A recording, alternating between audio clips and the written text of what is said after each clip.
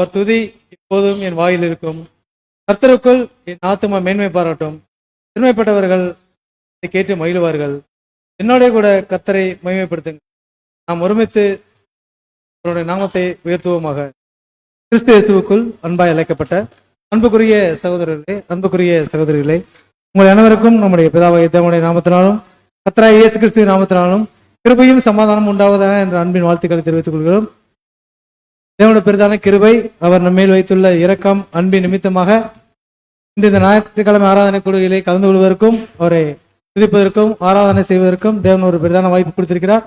அக்கா பிதாவாகிய தேவனுக்கு மீண்டும் ஒருவரை ஆண்டவராகிய இயேசு கிறிஸ்து நன்றிகளை எடுத்துக்கொண்டு இந்த ஒரு ஆராதனை கூடைக்கு நாம் அனைவரும் எழுந்து நிற்போம். பாடல் எண் 59, கண்களை ஏறெடுப்பேன் என்ற பாடலை நாம் அனைவரும் சேர்ந்து பாடுவோம்.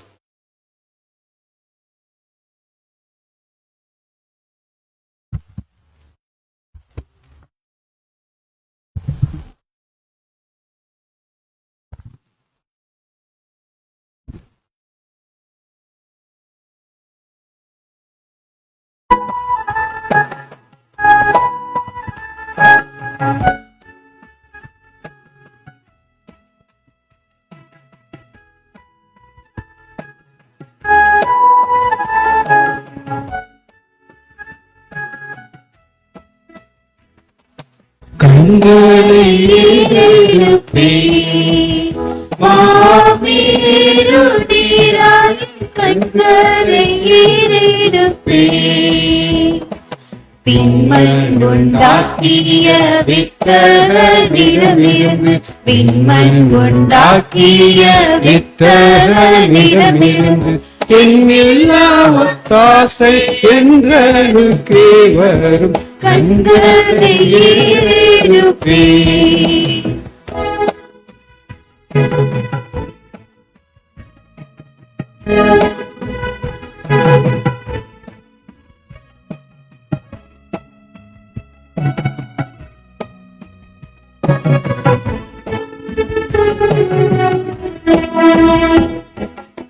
ஆளை கல்லாத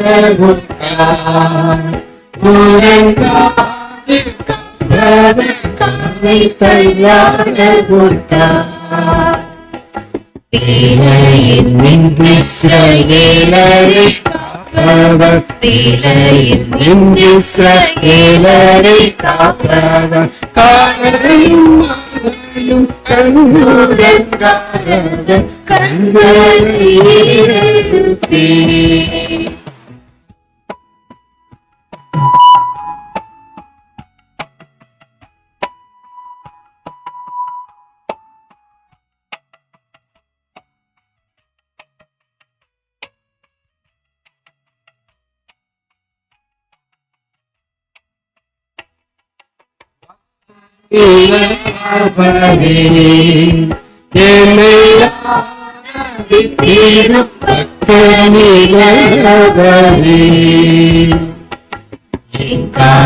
நிலைமையில் என்னை சேதப்படுத்தாது, எக்கால நிலைமையில் என்னை சேதப்படுத்தாது. அக்கோலம் கொண்டோனே அக்காலம் புரியவே கண்களை ஏறெடுப்பேன்.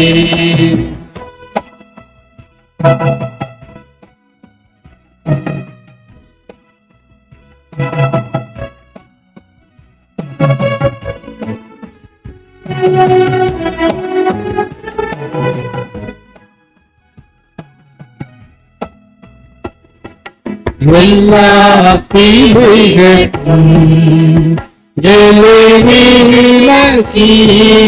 எல்லா தீமைகளுக்கும்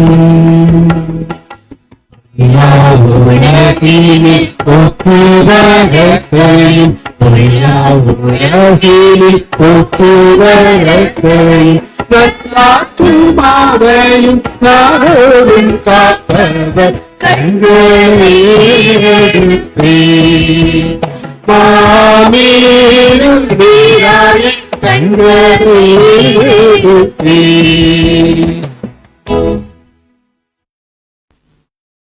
இந்த ஒரு கூடுகைக்கு துவக்க ஜெபத்தை அன்பு சகோதரர் தனசந்தான பிரதர் அவர்கள் ஏறெடுப்பார்கள்.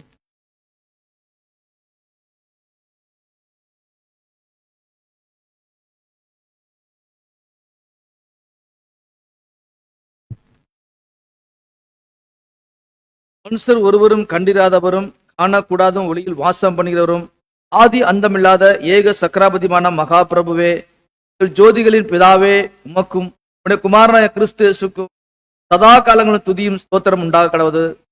தகப்பனே, இந்த நாளிலும் கூட அருமையான சகோதர சகோதரியாக ஒரு ஆராதனை கூட கிடைத்தமைக்காக நன்றியோடு ஸ்தோத்தரிக்கிறோம்ப்பா. வர முடியாத இருக்கிற சகோதரர்களையும் இந்த கரத்தில் ஒப்பு கொடுக்கிறோம். குறித்த வேலையிலே அவர்களை கொண்டு வந்து சேர்க்கும்படியாக உங்க கரத்தில் ஒப்பு கொடுக்கிறப்பா. அதே போல தகப்பனே, சுகவீனமாக இருக்கிற அன்பான சகோதரர் மூத்த சகோதரர் டேவிட் ஐயாவுக்காக கூட ஜெபிக்கிறோம். தகப்பனே, நல்ல ஒரு நல்ல வாய்ப்புக்காக நன்றி செலுத்துறப்பா. தகப்பனே, பலத்துக்கு இன்னும் அதிகமாக கொடுத்து சகோதரர் இந்த கரத்துல ஒப்பு கொடுக்கிறோம். எங்களுடைய சித்தம் இல்ல, உங்களுடைய சித்தத்தின் பிரகாரம் அவர் நடத்துறதுக்காக நன்றி செலுத்துறப்பா. இந்த வேலையிலும் கூட தகப்பனே, வர முடியாத சகோதரர்களையும் குறித்த நேரத்தில் சேர்த்து தாசன் மூலியமா சொல்ல போற வார்த்தைகளை நாங்கள் கேட்டு ஒரு காதில வாங்கி மறு காதில விட்டு விடாதபடி தொடர்ந்து சத்தியத்தில் நாங்கள் நிலைத்திருக்க எங்களுக்கு வேண்டிய பரிசுத்தாவி அளவில்லாமல் கொடுக்கும்படியாக இந்த ஒரு வேண்டுதலையும் விண்ணப்பங்களையும் எங்கள் ஆண்டவரும் இரட்சகரும் எங்கள் மீட்பரும் எங்கள் ஜீவாதிபதியுமா இருக்கிற இயேசு கிறிஸ்து நாமத்தில் இருக்கிற பிதாவே.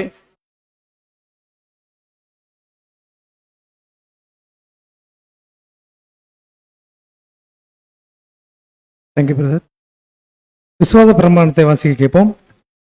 விசுவாச பிரமாணத்தை அன்பு சகோதரர் சந்தான பிரதர் அவர்கள் ஏறெடுப்பார்கள்.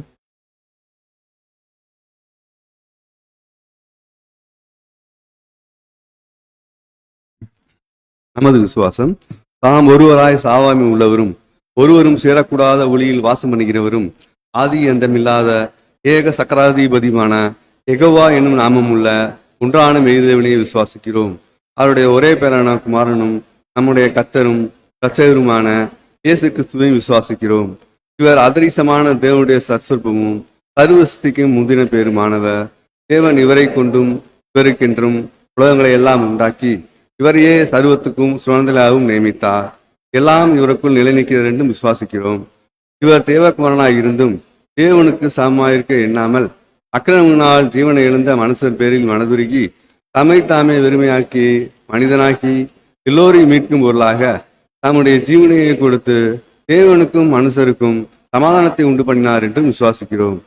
ஆதலால் தேவன் இவரை மரித்தோரிலிருந்து எழுப்பி தம்மை போல் குமாரனும் ஜீவனாக இருக்க அருள் செய்து எல்லாவற்றிற்கும் மேலாக உயர்த்தி தம்முடைய வல்லமையின் வலுவாசத்தில் வீட்டிருக்க செய்தார் என்றும் விசுவாசிக்கிறோம். இவரே தேவனுக்கும் மனுஷருக்கும் மத்தியஸ்தராகவும் சபையாகிய சரீரத்துக்கு தலையாகவும் இருக்கிறார் என்றும் விசுவாசிக்கிறோம். இவர் பரலோகத்துக்கு ஏறி தாம் வாக்குத்தத்தம் பண்ணின உன்னதத்தில் வந்து பலனாகிய பரிசுத்த ஆவியை விசுவாசத்தில் அடங்கிய சபைக்கு அருளி தேவ சித்தத்தை அவர்களுக்கு வெளிப்படுத்தி பலியின் ஜீவியத்தில் அவர்களை நடத்தி வருகிறார் என்றும் விசுவாசிக்கிறோம். பிதா குறித்த காலத்தில் இவர் பலியின் மனத்துக்கு உட்பட்டு முதலாம் உயிர்த்தல் அடையும் தம்முடைய சபையாகிய சகல பரிசுத்தவான்களோடும் இப்பூமியை நீதியாய் நியாயம் தீர்த்து சகல துரைத்தனத்தையும் அதிகாரத்தையும் வல்லமையும் பரிகரித்து என்றும் அழியாத தம்முடைய நீதியுள்ள அர்சாட்சியை ஸ்தாபிப்பார் என்றும் விசுவாசிக்கிறோம். மரணமடைந்த மற்றவர்கள் கிறிஸ்துவின் அர்சாட்சி காலத்தில் அவனவன் தன் வரிசையிலே உயிர்ப்பிக்கப்பட்டு அவர் தம்முடைய மரணத்தினால் சம்பாதித்த நித்திய ஜீவனுடைய வழிநடத்தப்பட்டு பூர்ணப்படுவார்கள் என்றும் விசுவாசிக்கிறோம். ஆனால் மனப்பூர்வமாய் சீர்ந்தாதவர்கள் இரண்டாம் மரணத்திலே அழிக்கப்படுவார்கள் என்றும் விசுவாசிக்கிறோம். எல்லா சத்துருக்களையும் நமது பாதபடியாக்க மட்டும் இவர் ஆளுகை செய்து கடைசி சத்துருவாகிய மரணத்தையும் பரிகரித்து எல்லாவற்றையும் முந்தின சீரு கொண்டு வந்து பிதாவே சகலத்திலும் சகலமாய் இருப்பதற்கு அவருக்கு ராஜ்யத்தை ஒப்பு கொடுத்து அவர் கீழ்பட்டிருப்பார் என்றும் விசுவாசிக்கிறோம். ஆமேன்.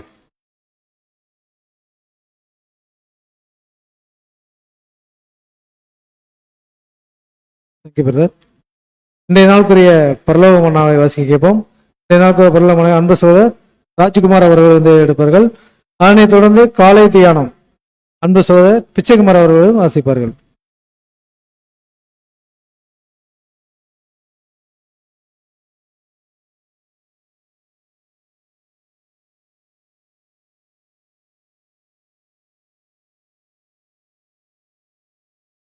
நாளுக்குரிய மன்னாவின் வசனம் பேதுரு 8ஆம் அதிகாரம் 8ஆம் வசனம்.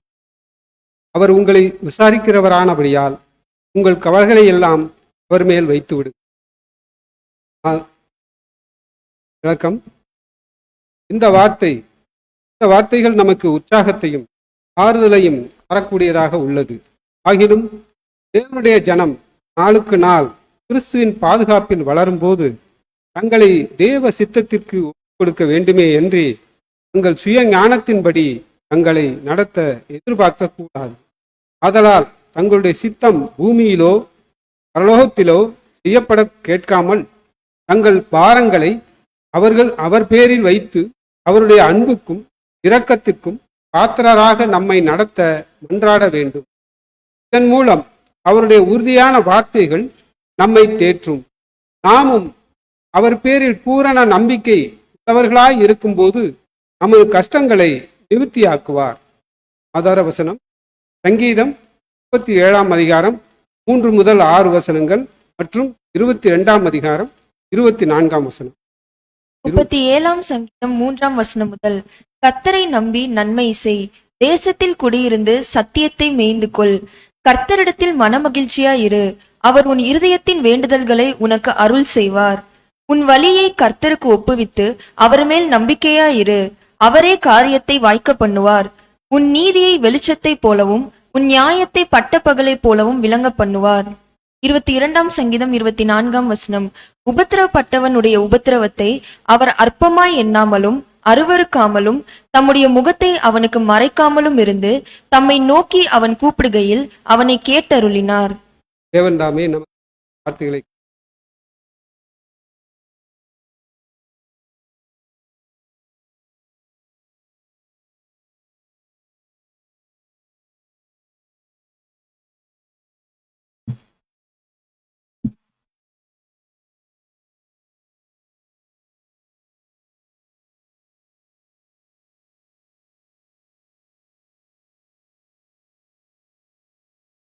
காலை தியானம் மத்தேயு 5 அதிகாரம் 1 வசனம் முதல் 6 வசனம். அவர் திரளான ஜனங்களை கண்டு மலையின் மேல் ஏறினார்.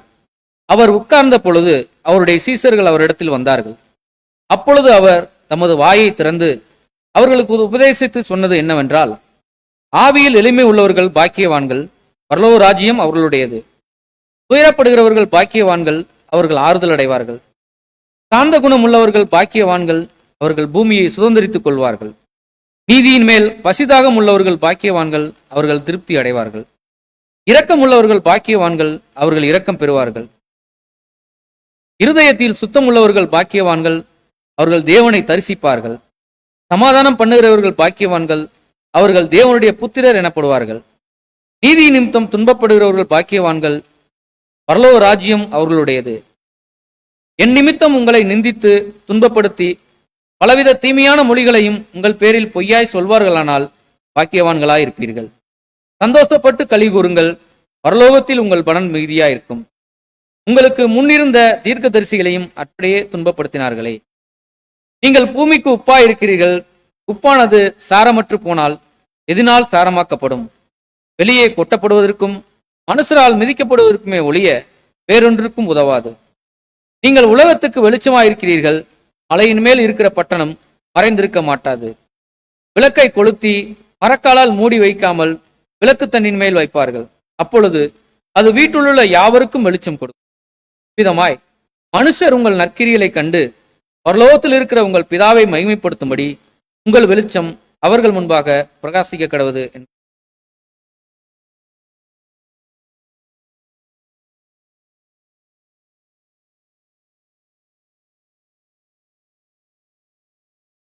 Thank you brothers.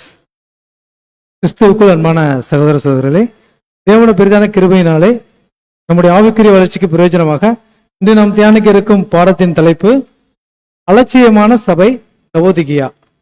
அலட்சியமான சபை லவோதிகியா என்ற தலைப்பின் கீழ் தூது கொடுக்கும்படி அன்பு சகோதரர் லியோ ஜெயக்குமார் அவர்களை நம் அனைவரும் சார்பாக அன்போடு அழைக்கிறோம்.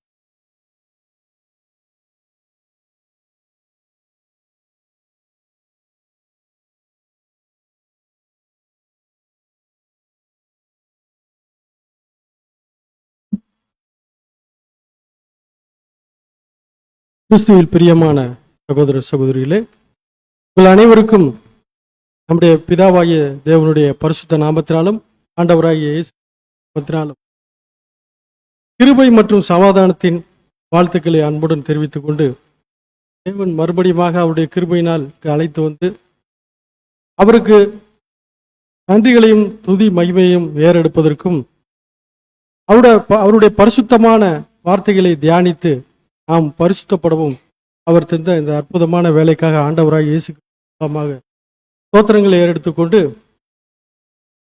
இந்த ஒரு நாளிலும் சகோதரர் சொன்ன விதமாக நாம் பார்க்க போகிற பாடத்து தலைப்பு என்னவென்றால்,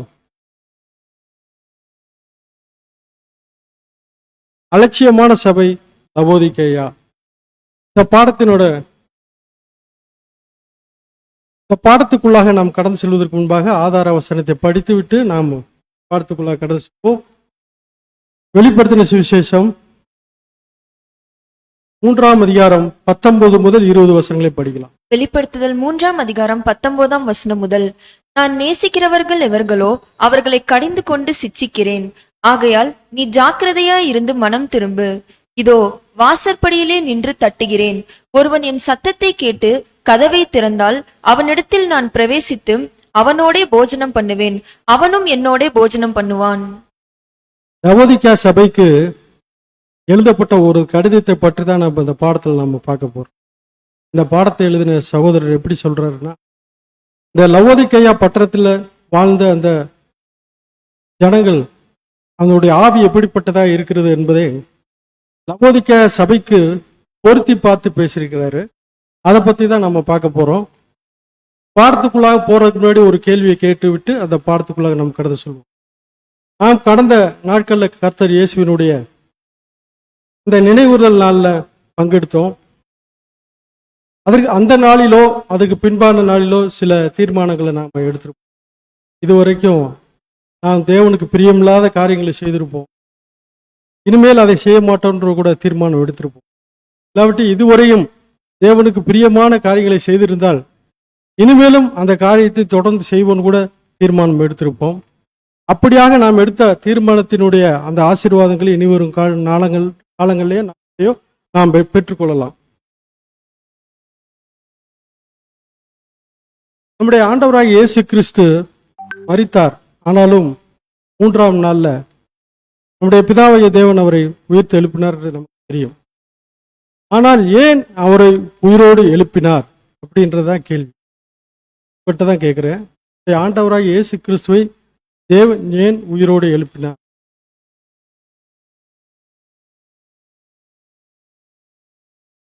சொல்லுங்க.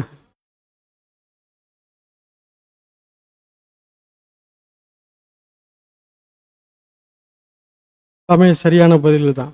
அதாவது தேவன் நம்முடைய ஆண்டவராகிய இயேசு கிறிஸ்துவை ஏன் உயிரோடு எழுப்பினார் என்றால், கர்த்தர் எந்த நோக்கத்துக்காகவும் மரித்தாரோ அந்த நோக்கம் நிறைவேற்றப்பட வேண்டும் என்றால் அவர் உயிரோடு எழுப்பப்பட வேண்டும். அவர் உயிரோடு எழுப்பப்பட்டால்தான் திரும்ப கொடுத்த ஆசீர்வாதங்களை அவர் செய்ய முடியும். அதனாலதான் நம்முடைய பிதாவாகிய தேவன் அவரை உயிரோடு நம்ம பார்க்கிறோம். அவர் ஒருவேளை உயிரோடு எழுப்பப்படவில்லை என்றால் இந்த ஆசீர்வாதங்கள் எல்லாம் அவர் கொடுக்க முடியாதுன்றதும் நமக்கு தெரியும்.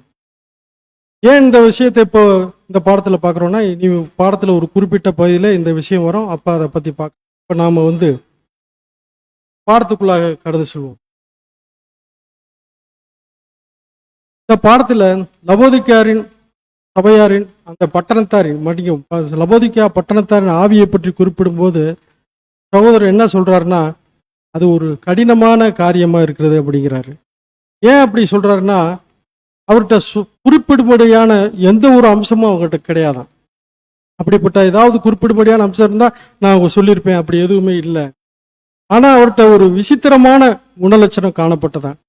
இப்படி என்ன விசித்திரமான குணலட்சணம்னா, அந்த விசித்திரமான குணலட்சணத்தினால தான் அந்த லவோதிக்கேயா பட்டணமே செல்வ செழிப்பாக இருந்திருக்கு. குறிப்பாக வியாபார ரீதியில் அவங்க ஒரு வெற்றி பெற்ற நகரமாக இருந்திருக்காங்கன்னு கூட சொல்றாங்க. அப்படி அவரோட காணப்பட்ட விசித்திரமான குணலட்சணம் என்னன்னா, மற்றவருடைய தேவைகள் அல்லது விருப்பங்கள் நிறைவேற்றப்படுவதற்காக தங்களையே வளைந்து கொடுத்துருவாங்களாம், இல்லாட்டி இணங்கி போயிடுவாங்களாம். அதாவது வியாபார ரீதியில மற்றவங்களோட விருப்பங்கள் அவருடைய தேவைகள் நிறைவேற்றுன்றதுக்காண்டி என்ன செய்வாங்கன்னா தங்களுடைய விஷயங்களை எல்லாம் இணக்கமாகி கொள்வார்களாம். உதாரணத்துக்கு எடுத்துக்கிட்டா இன்னைக்கு நம்ம இந்த காலத்தில் நமக்கு வார விடுமுறை ஞாயிற்றுக்கிழமை வருது. நம்ம ஒரு தொழில் பண்ணிக்கிட்டு இருக்கோம், கடை வச்சுருக்கோம்னு வச்சுக்கோங்க. யாராவது ஏதாவது வாங்கணும்னு சொல்லிட்டு முன்னாடியே ஃபோன் பண்ணுறாங்க, சனிக்கிழமை ஃபோன் பண்ணுறாங்கன்னு வச்சுக்கோம். நாங்கள் நாளைக்கு ஞாயிற்றுக்கிழமை வந்து வர்றோம், நிறைய பொருட்கள் வாங்க வேண்டியிருக்கு, அதனால் உங்களுக்கு இன்ஃபர்மேஷன் கொடுக்க நம்ம என்ன சொல்லுவோம்? வாங்கன்னு சொல்லுவோமா? இல்லை ஞாயிற்றுக்கிழமை எங்களால் வர முடியாது, அன்னைக்கு லீவ் போயிடுவோம், எந்த காரணத்தும் நாங்கள் வந்து கடையை திறக்க முடியும். ஆனால் அவங்க என்ன சொல்லுவாங்கன்னா, தாராளமாக வாங்க, அன்னைக்கு லீவு தான், இருந்தாலும் நாங்கள் கடையை ஓப்பன் பண்ணிடுறோம், நீங்கள் வந்துடுங்க அப்படின்னு பார்க்கலாம். ஒருவேளை தினமும் நைட்டு 8 மணி வரை தான் கடை இருக்கும். ஆனால் அந்த வர்ற கஸ்டமர் நாங்கள் வந்து 10 மணிக்கு தான் வருவோம்னு சொன்னால், ஓகே நீங்கள் 10 மணிக்கு வாங்க, நாங்கள் 10 மணி வரை இருக்கேன் அப்படின்னு சொல்லிடுவாங்களாம். அந்த மாதிரி வியாபார ரீதியில் தங்களுடைய நோக்கங்களை இணக்கமாக்கி கொள்வார்களாம் மற்றவர்களுக்காக. பொதுவாக இந்த லவோதிக்கா நகரத்தாரை பற்றி வரலாற்று ஆசிரியர்கள் வந்து இந்த விதமான ஒரு தவறான அபிப்பிராயம் சொல்றாங்க. ஏன்னா அவங்க செல்வ செழிப்பான நகரமா இருந்திருக்கு. அது மட்டும் இல்லை, அவங்க கொஞ்சம் ஒழுக்கமான மக்களாக கூட இருந்திருக்காங்க. அதனால அந்த வரலாற்று ஆசிரியர்லாம் அவங்கள பற்றி தவறாகவே எழுதுறது கிடையாது. ஆனால் இந்த லவோதிக்கா சபையாருக்கு ஒரு ஆசிரியர் கடிதம் எழுதுறாரு. அவர் எழுதும்போது ரொம்ப கண்டிப்போடு எழுதுறாராம். இவர் வந்து அவரோட செல்வ செழிப்பை எல்லாம் பார்த்து எழுதுறது இல்லை. ஆனால் அந்த வரலாற்று ஆசிரியர்லாம் அவரோட செல்வ செழிப்பை பார்த்து அவரோட வியாபார யுக்தியை பார்த்து தான் அவங்க அந்த கருத்துக்களை எழுதுறாங்க. ஆனால் இந்த லவோதிக்கா சபைக்கு எழுதுகிற அந்த ஆசிரியர் ரொம்ப கண்டிப்போடு எழுதுறாரு. அவர் வந்து அவருடைய வசதி வாய்ப்புகள் இதெல்லாம் பார்க்க சரி. அந்த லவோதிக்கா சபையாரினுடைய ஆவி எப்படிப்பட்டதா இருக்குதுன்னா, அவர்கள் உடன்படிக்கை ஆவி இல்லாதவர்களா இருக்காங்க.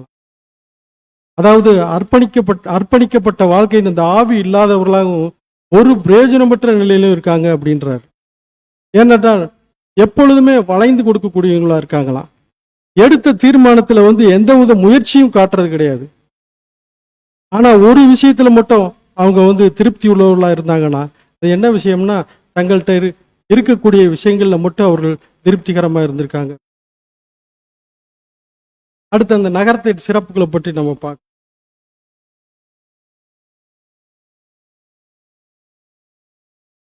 இந்த நகரம் வந்து கிபி 60ஆம் வருஷத்துல ஒரு மிகப்பெரிய நிலநடுக்கம் வந்து மிகப்பெரிய ஒரு பாதிப்பை சந்திச்சிருக்கு.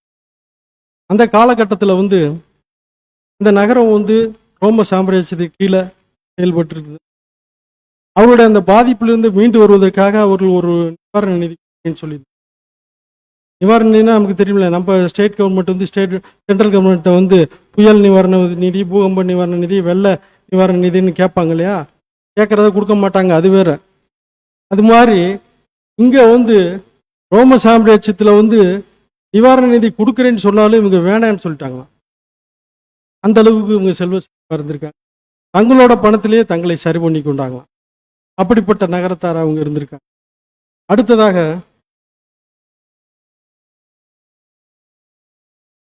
இந்த நகரத்தார் உள்ள ஜனங்கள் தங்களுக்காக ஒரு மெடிக்கல் காலேஜே கட்டியிருக்காங்க.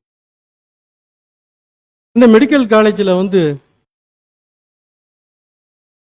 ஒரு விக்கிரகத்தோடு தொடர்புடைய, ஒரு கோயிலோடு தொடர்புடைய ஒரு மெடிக்கல் காலேஜ் அதை கட்டியிருக்காங்க.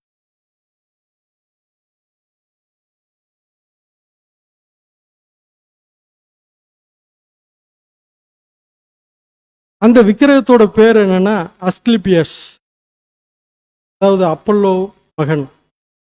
இந்த பேருக்கு என்ன அர்த்தம்?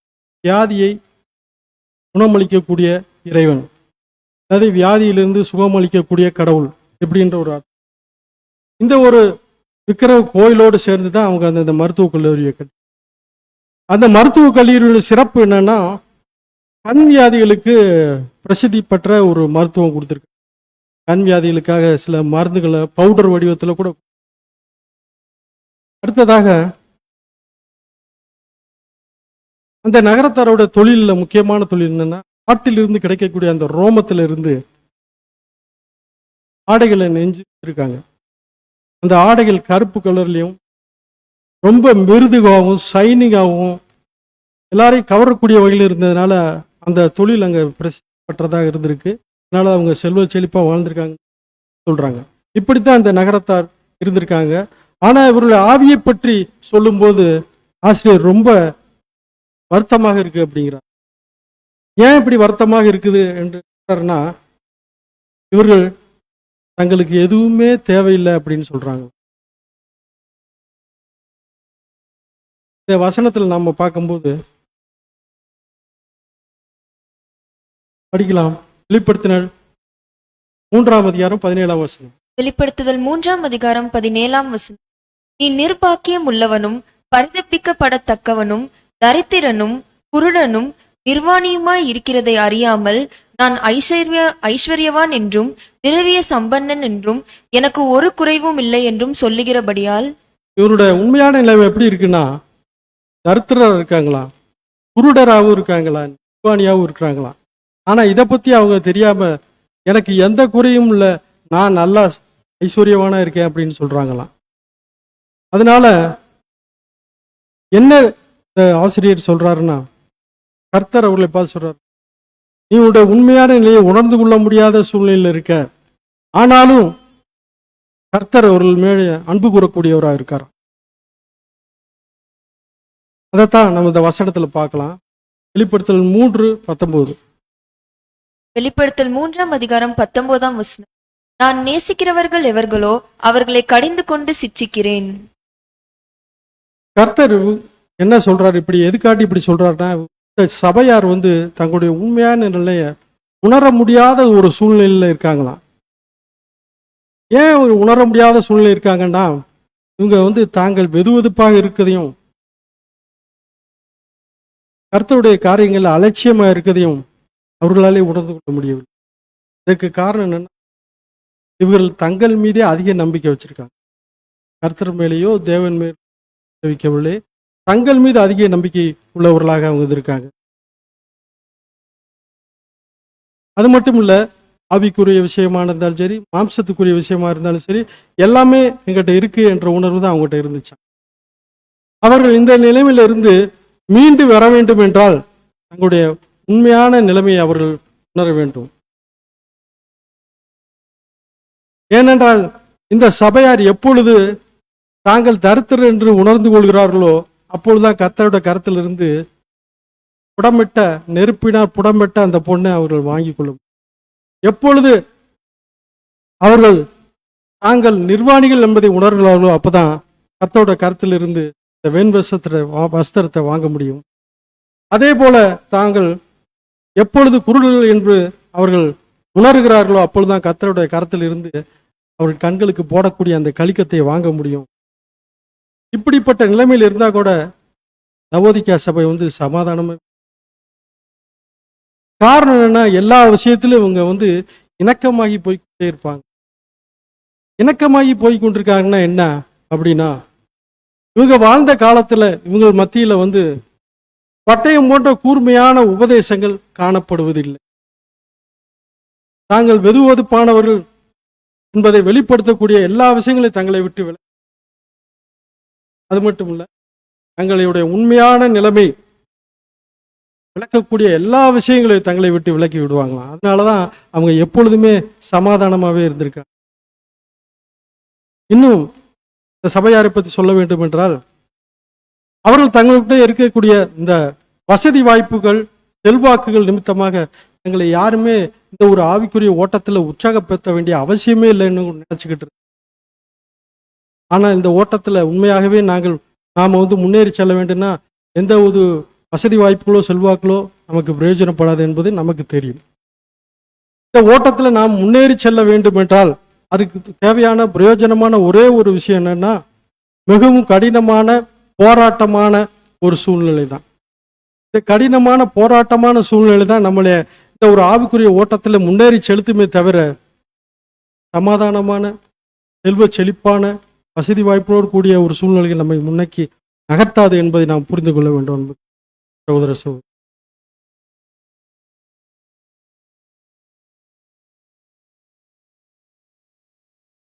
ஏனென்றால் இந்த லவோதிக்காவில் இருக்கக்கூடிய சபையார் எப்படி இருக்கிறாங்க என்று சொல்லும்போது, தேவன் அழைத்த அழைப்புல தங்களை முழுமையாக பலியாக கொடுக்கணும், ஆனால் அந்த பலியாக வேண்டிய அந்த அழைப்புல ரொம்ப அலட்சியமா இருக்காங்க. ஏனென்றால் இவரிட காணக்கூடிய இந்த வசதி வாய்ப்புகள், இவர்கள் ரொம்ப அலட்சியமா இருக்காங்க. தங்கள்கிட்ட இருக்கிற இந்த செல்வச் செழிப்பே போதும், வேறு எதுவுமே எங்களுக்கு தேவையில்லைன்னு சொல்லக்கூடிய அளவுக்கு அவர்கள் இருக்கிறாங்க. அது மட்டும் இல்ல, தாங்கள் தான் கர்த்தருடைய அடிச்சு ஓட்டுல முன்னேறி போய் கொண்டிருக்கோன்ற வேற நினைச்சுக்கிறாங்களாம். இப்படிப்பட்ட நினைப்புல அவர்கள் இருக்கிறதுனால தான் எப்போதுமே சமாதானமா இருக்கு சொல்றாரு. இப்ப நாம கர்த்தர் நடந்து வந்த பாதையில தான் நடந்துகிட்டு இருக்கோம். இந்த பாதையில நாம நடந்து கொண்டு போகும்போது நிச்சயமாக நமக்கு ஜீவனுக்கு தான் கொண்டு போகும். அதே போல நம்மை போல மற்றவர்களும் கர்த்தரை தொடர்ந்து அந்த பாதையில வருகிறவர்களையும் ஜீவனுக்கு தான் கொண்டு போகும், நமக்கு நல்லா தெரியும். இந்த பாதையில கர்த்தர் நடந்து வந்த பாதையில் நடக்கும்போது நம்மையே முழுமையாக பழி செலுத்தக்கூடிய ஒரு நோக்கம் இருக்க வேண்டும். அந்த நோக்கம் என்பதை சிந்தித்து சகோதர சகோதரி பரிசோதனை செய்ய. ஒருவேளை இந்த நோக்கம் நம்மிடம் இல்லாட்டி நாம் ஒரு 50 வருஷமோ 80 வருஷமோ 100 வருஷமோ உலக மனிதர் மாதிரி வாழ்ந்து மரிச்சு போய், ஆனா வாழ்க்கைக்காக தேவன் நம்மை அழைக்கவில்லை என்பதை நாம் புரிந்து வசனம் படிக்கலாம். 1 பேதுரு 2 அதிகாரம் 1 பேதுரு 2 அதிகாரம் 21 இதற்காக நீங்கள் அழைக்கப்பட்டும் இருக்கிறீர்கள். ஏனெனில் கிறிஸ்துவும் உங்களுக்காக பாடுபட்டு நீங்கள் தம்முடைய அடிச்சுவடுகளை தொடர்ந்து வரும்படி உங்களுக்கு மாதிரியை பின்வைத்து போனார். இயேசு கிறிஸ்து நமக்கு மாதிரியை ஏற்கனவே வச்சுட்டு போயிட்டார். அந்த பாதையில எப்படி நடக்க வேணும்ன்றது. கர்த்தருடைய பாதை முதல்ல எங்க போச்சுன்னா, முதல்ல பெத்தானியாவுக்கு போச்சு, அதற்கு அடுத்தது கெத்செமனேக்கு போச்சு, அதற்கப்புறம் கல்வாரி சிலுவைக்கு வந்து சேர்த்துறது. நாமும் கூட கர்த்தருடைய பாதையில செல்ல வேண்டும் என்று சொன்னால் நாமும் முதல்ல போகணும் பெத்தானியாவுக்கு, அடுத்து கெத்செமனேக்கு போகணும், அதற்கு பின்பு எங்க போகணும், கல்வாரி சிலுவைக்கு போகணும். ஆனா வேற ஒரு பாதையில நாம போனோம்னா கண்டிப்பாக கர்த்தருடன் மகிமைக்கு செல்ல முடியாது என்பதை நாம் புரிந்து கொள்ள வேண்டும். கர்த்தருடைய அடிச்சூடுகளை நடந்து போக வேண்டும் என்றால் அந்த அடிச்சூடுகளை எப்படி கண்டுபிடிப்போம்? யாரெல்லாம் கர்த்தருடைய அடிச்சூடலை பின்பற்றி செல்ல வேண்டும் என்று விரும்புகிறார்களோ அவர்களுக்கெல்லாம் தேவன் அந்த அவருடைய பாதைகளை வெளிப்படுத்தி காண்பிக்கிறார். ஏனென்றால் இந்த பாதையில் செல்கிற ஒவ்வொருவரும் எந்த தவறும் செய்ய, அதுபோல கர்த்தர் சென்ற பாதையில நாம போறதுக்கு நமக்கு ஏதாவது பயங்கள் இருக்கிறதா, அல்லது நம்மையே பலியாக கொடுக்கக்கூடிய இந்த அழைப்புல நம்மிடம் ஏதாவது அலட்சியம் காணப்படுகிறதா, இதையெல்லாம் பற்றி சீர்தூக்கி பார்க்க வேண்டிய காலகட்டத்தில் இருக்கிறோம். அன்பு,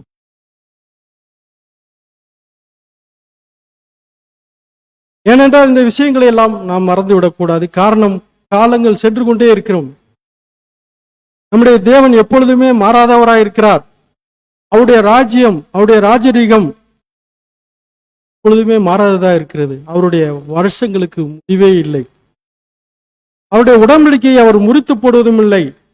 இப்படிப்பட்ட தேவன் தம்முடைய ஒரே குமாரன் மூலமாக நம்மை பாவம், உபத்திரமும், மூடத்தனமான காரியங்கள் எல்லாவற்றிலிருந்து நம்மை மீட்டு எடுத்திருக்கிறார். ஆகவே நாம் வாழக்கூடிய கொஞ்ச காலகட்டத்தில் பெரிய அலை போன்ற சோதனைகள் நமக்கு வந்துட்டாலும் எப்போது நாம காலத்தை அளவிடுகிறவர்கள் இருக்கக்கூடாது. காலத்தை ஆரம்பிக்கும் போது நாம் தவறு செய்ய ஆரம்பித்து விடும். அன்புக்குரிய, சரி, காலத்தை அளவிடக்கூடாது என்றால் எதை அளவிடுவது? நம் செய்யக்கூடிய ஒவ்வொரு செயல்களும் நித்தியத்துக்கு ஏதுவாக இருக்கிறதா என்பதைத்தான் நாம் பார்க்க வேண்டும். அன்புக்குரிய, நிச்சயமாக இன்னும் கொஞ்ச காலத்துக்குள்ள நடக்க வேண்டிய காரியங்களை எல்லாம் தேவன் நிச்சயமாக செய்து முடிப்பார். அதனால நாம் நடக்க வேண்டிய காரியங்களை பற்றி கவலைப்படாமல், காலத்தை அளவிடாமல் நம்முடைய நித்தியத்துக்கு ஏதுவான காரியங்களை செய்ய வேண்டும். மற்றவற்றை எல்லாம் தேவன் பார்த்துக் கொள்வார். அதனாலதான் கர்த்தர் இயேசு லவோதிக்கா சபையாருக்கு கண்டிப்போடு இந்த கடிதத்தை எழுதுறார். ஏன் இப்படி கண்டிச்சு எழுதுறாருன்னா, அவர்கள் முழுமையான ஒரு அர்ப்பணிப்பு கொண்ட இருதயம் அவரிடத்துல இல்லை. அரைகுறை மனதுடையவர்களாக காணப்படுகிறார்களாம். ஏன் இப்படி காணப்படுகிறார்கள்? இதுக்கான காரணம் என்ன அப்படின்றத தியானிக்கலாம். இதுக்கு அடிப்படையான காரணம் என்னன்னா, அவர்கள் அனலும் இல்லாம குளிரும் இல்லாம இரண்டுக்கும் நடுவுல வெதுவெதுப்பானவர்களா இருக்காங்க. அதாவது அவைக்குரிய காரியத்திலையும் அனலா இல்லை, சுகத்துக்குரிய காரியத்திலையும் குளிராம இல்லாமையும் ரெண்டு கலந்த நிலையில ஒரு வெதுவெதுப்பான நிலையில இருக்கிறதுனாலதான் அவங்க இப்படிப்பட்ட நிலையில இருக்காங்கன்னு சொல்றோம்.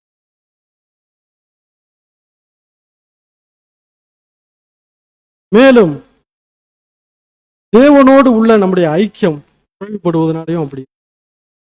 ஒவ்வொரு நாளும் நம்முடைய தேவைகளுக்காக நாம் தேவனிடம் அணுகுகிறோமா? ஜெபம் என்பது என்ன? நாம் தேவனோடு பேசுவது. நாம் தேவனோடு பேசுவது அவர் கேட்பார், ஆனா பதில் அவர் சொல்ல மாட்டார்.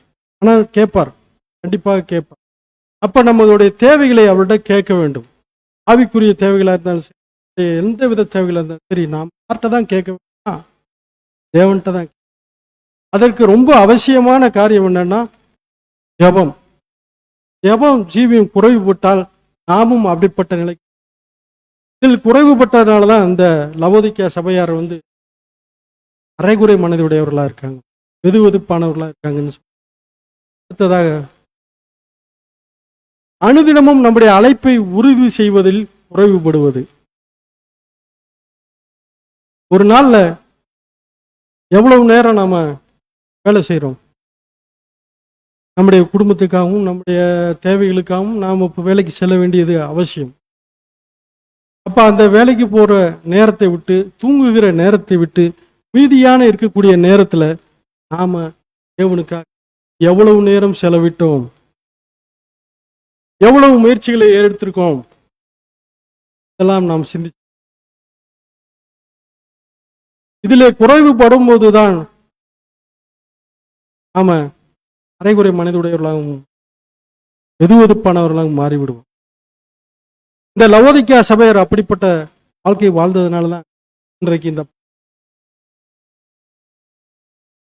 அடுத்ததாக, தனிப்பட்ட வேத ஆராய்ச்சியில குறைவு.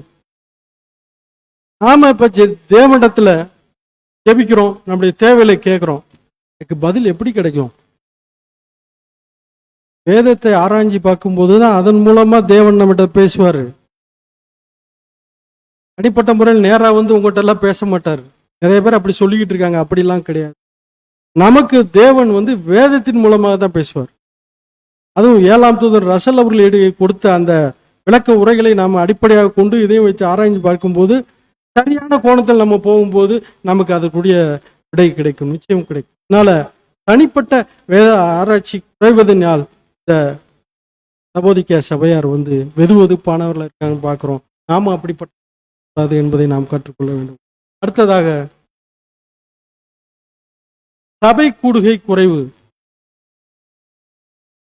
யாரெல்லாம் சபை கூடுகைகளை குறைவுபடுறாங்களோ அது மிகப்பெரிய ஒரு வேதனைக்குள்ளாக அவர்களை கொண்டு.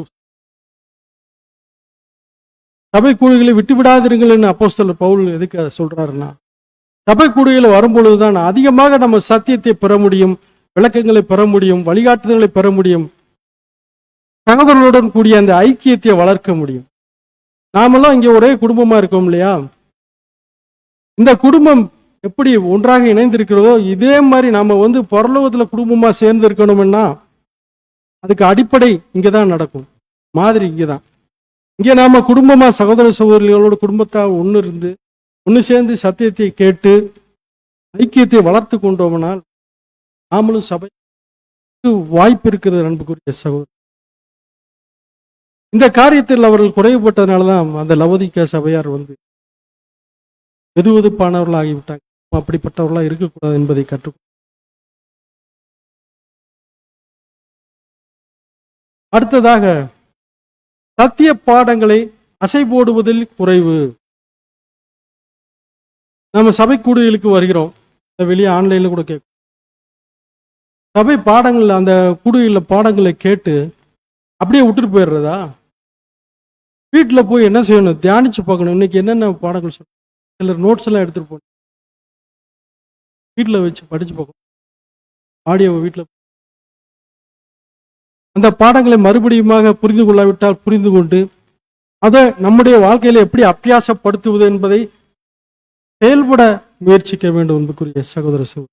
இதுதான் சத்திய பாடங்களை அசை போடுதல். இதில் குறைவு ஏற்பட்டதுனால தான் லவோதிக்கேயா சபை இருக்கு.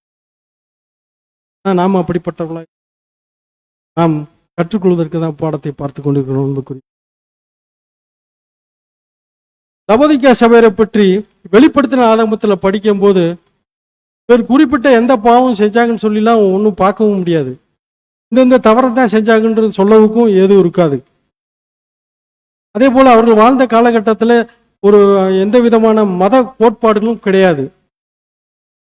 ஆனாலும் கர்த்தர் இவர்களை கண்டிக்கிறார். ஏனென்றால் அவரிடம் காணப்பட்ட தவறு என்னவென்று வசனத்தில் பார்க்கலாம். வெளிப்படுத்தல் 3:15. வெளிப்படுத்துதல் 3:15. உன் கிரியைகளை அறிந்திருக்கிறேன். நீ குளிரும் அல்ல அனலும் அல்ல. நீ குளிராயாவது அனலாயாவது இருந்தால் நலமாயிருக்கும். நீ செய்யற காரியங்கள் எல்லாத்தையும் நான் பார்த்துக்கிட்டு இருக்கேன். நீ ஒண்ணு குளிரா இருக்கணும், இல்லாட்டி அனலா இருக்கணும்.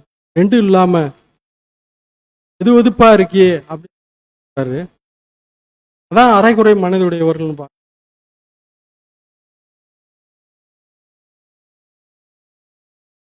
இந்த அரைகுறை மனதுடையவர்கள குளிர் மற்றும் அனல் என்று 2 விதமான காரியங்கள் பயன்படுத்தும்.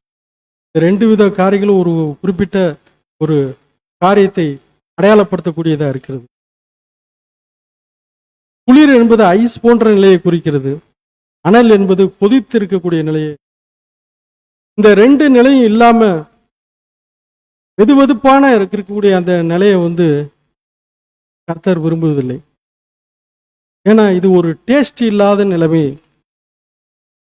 அதனால கர்த்தர் இந்த ஒரு நிலையை இருக்கிறார். லவோதிக்கேயா சபையார்ட்ட கர்த்தர் எதிர்பார்க்கக்கூடிய இந்த நிலை என்னவென்றால் முழுமையான அர்ப்பணிப்பு கொண்ட இருதயமாகும். முழுமையான அப்படின்னு சொல்லும் போது ஏதோ வெறித்தனம் கொண்ட இருதயம் அப்படின்னு எடுத்துக்கொள்ளக்கூடாது. எப்படி நாம் புரிந்து கொள்ளலாம் என்றால், உங்களுக்கென்று ஒரு பொறுப்பு இருக்கிறதே, அந்த பொறுப்பை நீங்கள் பிரதிபலிக்கக்கூடியவர்களாக இருக்க வேண்டும். நாம செய்யும் காரியங்கள் மூலமாக அந்த பொறுப்பு பிரதிபலிக்கப்படக்கூட வேண்டும் என்று கர்த்தர் விரும்புகிறார். நான் கர்த்தரோடு உடன்படிக்கை செஞ்சிருக்கேனே, எனக்கென்று ஒரு பொறுப்பு இருக்குதே, அந்த பொறுப்பை எல்லா நேரங்களிலும் செயல்படுத்துவதற்கு நான் முயற்சி செய்கிறேனா என்பதை நாம் ஒவ்வொருவரும் சிந்தித்து பார்க்க வேண்டும். சகோதரர், இதுதான் முழுமையான அர்ப்பணிப்பு கொண்ட இருதயம். இப்படிப்பட்ட இருதயம் கொண்டவர்களை தான் கர்த்தர் அதிகமாக விரும்புகிறாராம். இப்படிப்பட்டவர்களை தான் கர்த்தரும் அங்கீகரிக்கிறார். ஒருவேளை மற்றவர்கள் அங்கீகரிக்காமல் போயிடலாம், ஆனால் கர்த்தர் அவர்களை கண்டிப்பாக அங்கீகரிக்கிறார் என்பதை தெரிந்து கொள்ள வேண்டும். கர்த்தருக்கென்று தங்களை முழுமையாக அர்ப்பணித்துக் கொண்டு உற்சாகமாக ஊழியம் செய்பவர்களை கர்த்தர் நிச்சயமாக அங்கீகரிக்கிறார் என்றதை நாம் புரிந்து கொள்ள வேண்டும். அதனாலதான் கர்த்தர் நம்மை பார்த்து அலட்சியமாக இருக்காங்க அப்படின்னு சொல்லி எச்சரிக்கை கொடுக்கிறார். மனம் திரும்புங்கள், ஒருவேளை நீங்கள் அலட்சியமாக இருந்தால் நாங்கள் உங்களை கண்டித்து சிட்சித்து வழி நடத்துவேன். கர்த்தர் இந்த சபையாரின் வியாதியை பார்த்து, அதாவது இந்த வெதுவெதுப்பான நிலையை பார்த்து ஆராய்ச்சி பார்த்து கண்டுகொள்ளும் போது ஒரு விஷயத்தை சொல்றாரு. இப்படிப்பட்ட வெதுவெதுப்பான நிலையில இருக்கக்கூடிய ஒரு சகோதரனோ ஒரு சகோதரியோ எப்படி இருப்பாங்கன்னா, அவங்க சிந்தனைக்கும் அவருடைய சொல்லுக்கும் செயலுக்கும் கண்டிப்பா வித்தியாசம் இருக்கும். இதை நம்ம எப்படி புரிந்து கொள்ளலாம் என்றால், நான் கர்த்தருக்காக என்னை அர்ப்பணித்திருக்கிறேன் என்று ஒப்பு கொடுத்திருக்கிறோம் இல்லையா? அப்ப கர்த்தர் எப்படி பிதாவின் சித்தம் செய்கிறேன் என்று அவர் ஒப்பு கொடுத்து செய்தாரோ, அதே போல நாமும் தேவனுடைய சித்தத்தை செய்வதற்கு முயற்சி செய்கிறோமா என்பதை பார்க்க வேண்டும். அப்படி முயற்சி செய்யும் காரியம் சிறியதோ பெரியதோ, அதனால் வரக்கூடிய பாடுகள் கஷ்டங்கள் சிறிதோ பெரிதோ, அது எப்படிப்பட்டதாக இருந்தாலும் நாம் கண்டிப்பாக அதை செய்தாக வேண்டும் அன்புக்குரிய சகோதரர். ஆனால் சொன்னபடி அநேக நேரங்களில் நம்மளால் செய்ய முடியும். காரணம் என்ன? நம்ம தானே உங்களோட சித்த செய்கிற சொல்லி கொண்டு வந்தோம், முடிவெடுத்தோம். ஆனால் அநேக நேரங்களில் நம்மளால் அதை செய்ய முடியவில்லை. ஏனென்றால் இந்த நேரத்தில் கர்த்தர் நமக்கு முக்கியமில்லாதவராக இருப்பார். நாம முதல்ல அவருடைய வேலையைத்தானே செய்ய வேண்டும். ஆனால் கர்த்தர் முக்கியமில்லாமல் காணப்பட்டார் என்றால், ஒரு பொருளோ ஒரு நபரோ இல்லை ஒரு விஷயமோ முக்கியமானதாக நமக்கு இருந்திருக்கிறது. அதனால தான் அவருடைய வேலை செய்வதற்கு பதிலாக தனிப்பட்ட நபருடைய வேலை செய்வதற்கோ விருப்பத்தை நிறைவேற்றுவதற்கோ அல்லது ஒரு பொருளுடைய விஷயத்தை அல்லது நம்முடைய சுய விருப்பத்தை நிறைவேற்றுவதற்கோ ஆரம்பித்து விடுகிறோம் அன்புக்குரிய சகோதரர்.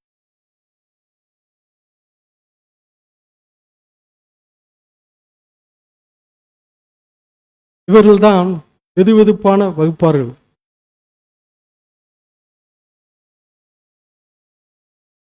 அதாவது சொல்வது ஒன்று, செய்வது ஒன்று.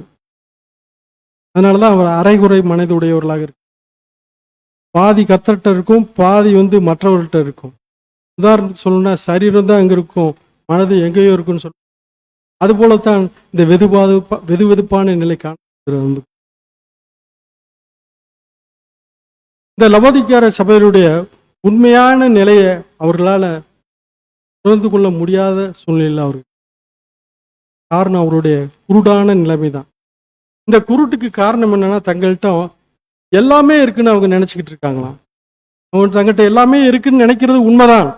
ஆனால் இருக்கிற அனைத்து விஷயங்களும் பிரகாரமான பொருட்கள் தான்.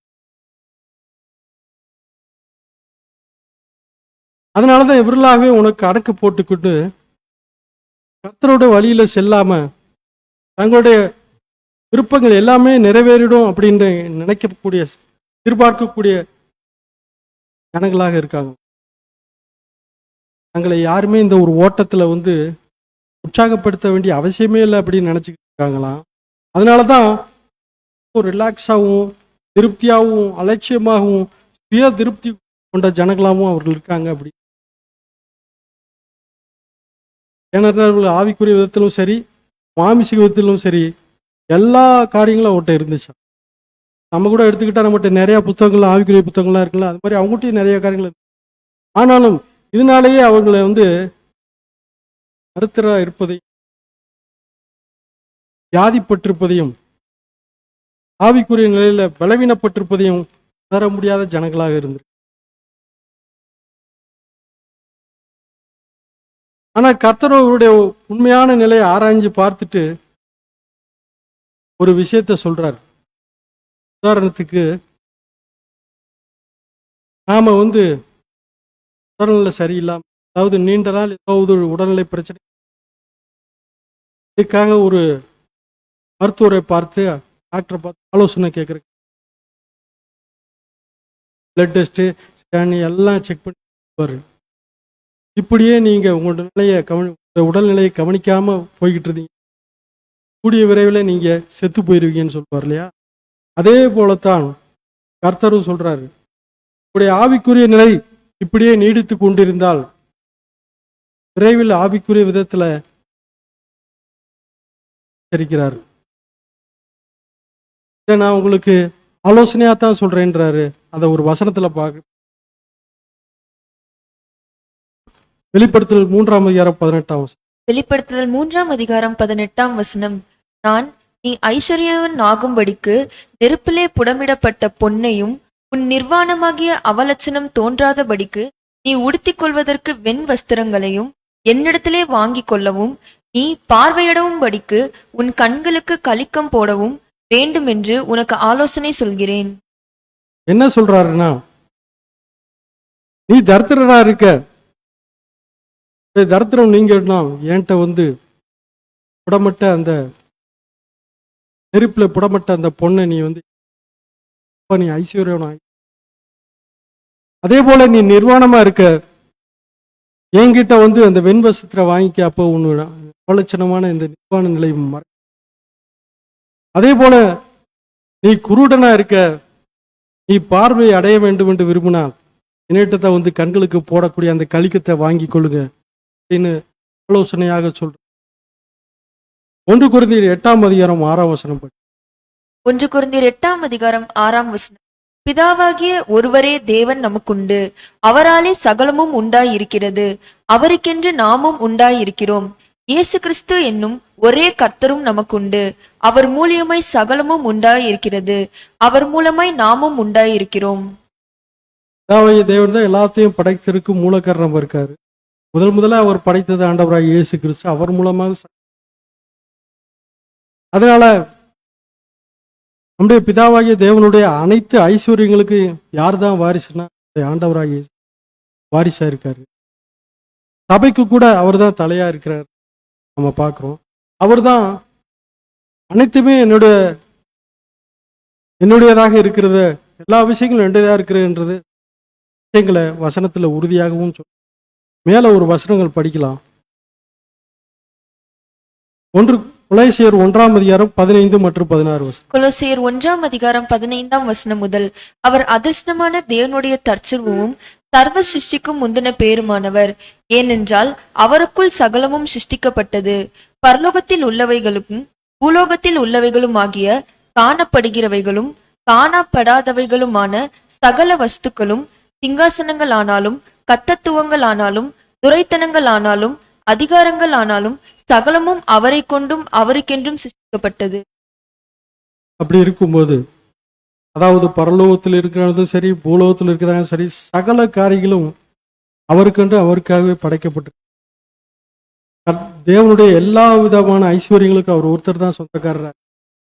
அப்படி இருந்தும் கூட அவர் நமக்கு ஒரு கட்டளையாக கொடுக்காமல் ஒரு ஆலோசனையாகத்தான் நமக்கு சொல்றார்.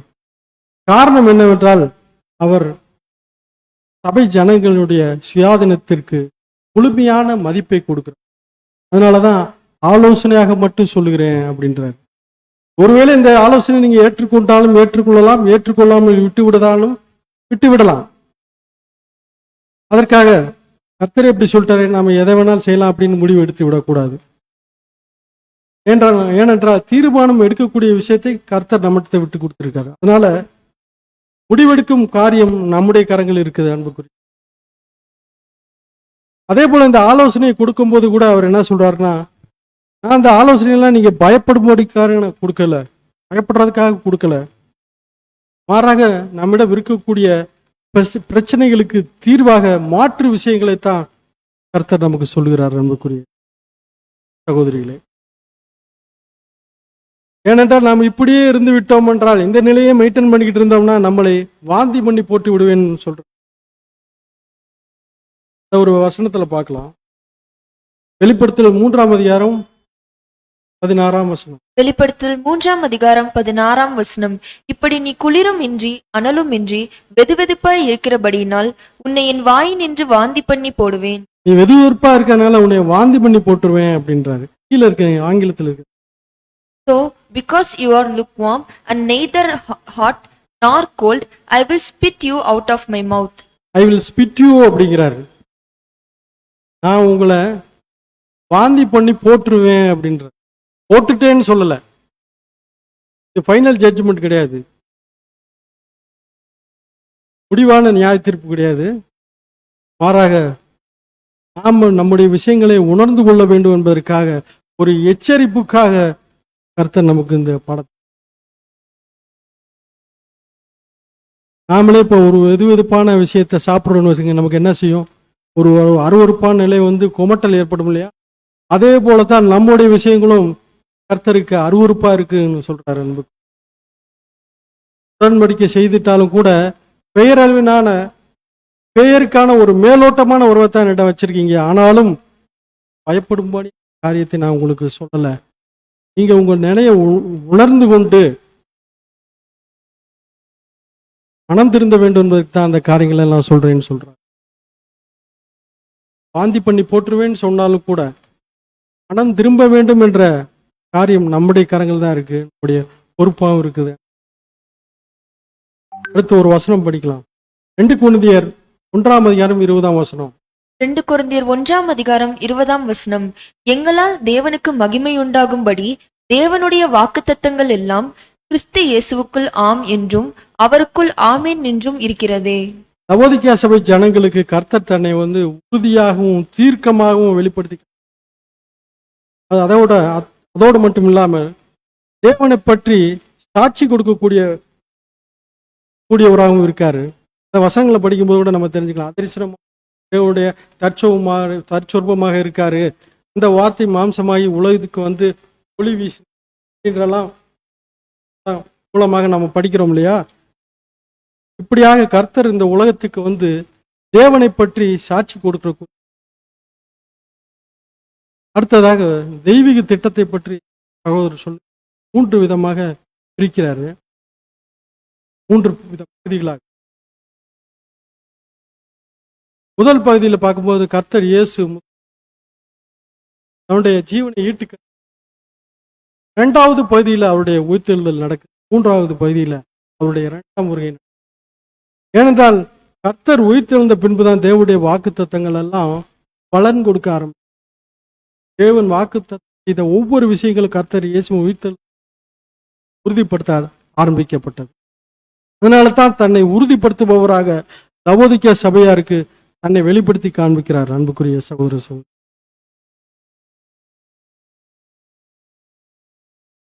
கர்த்தர் இயேசு மரித்ததின் நோக்கம் முழு மனுக்குலத்துக்கும் கொடுக்க. ஆதாமுக்கு நிகர்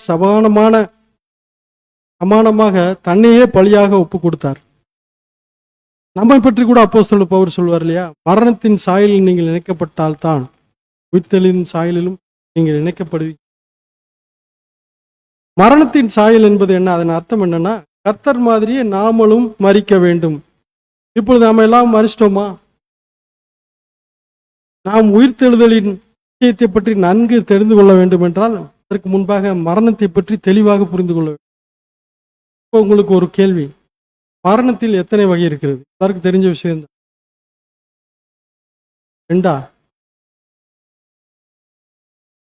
3 இருக்கு.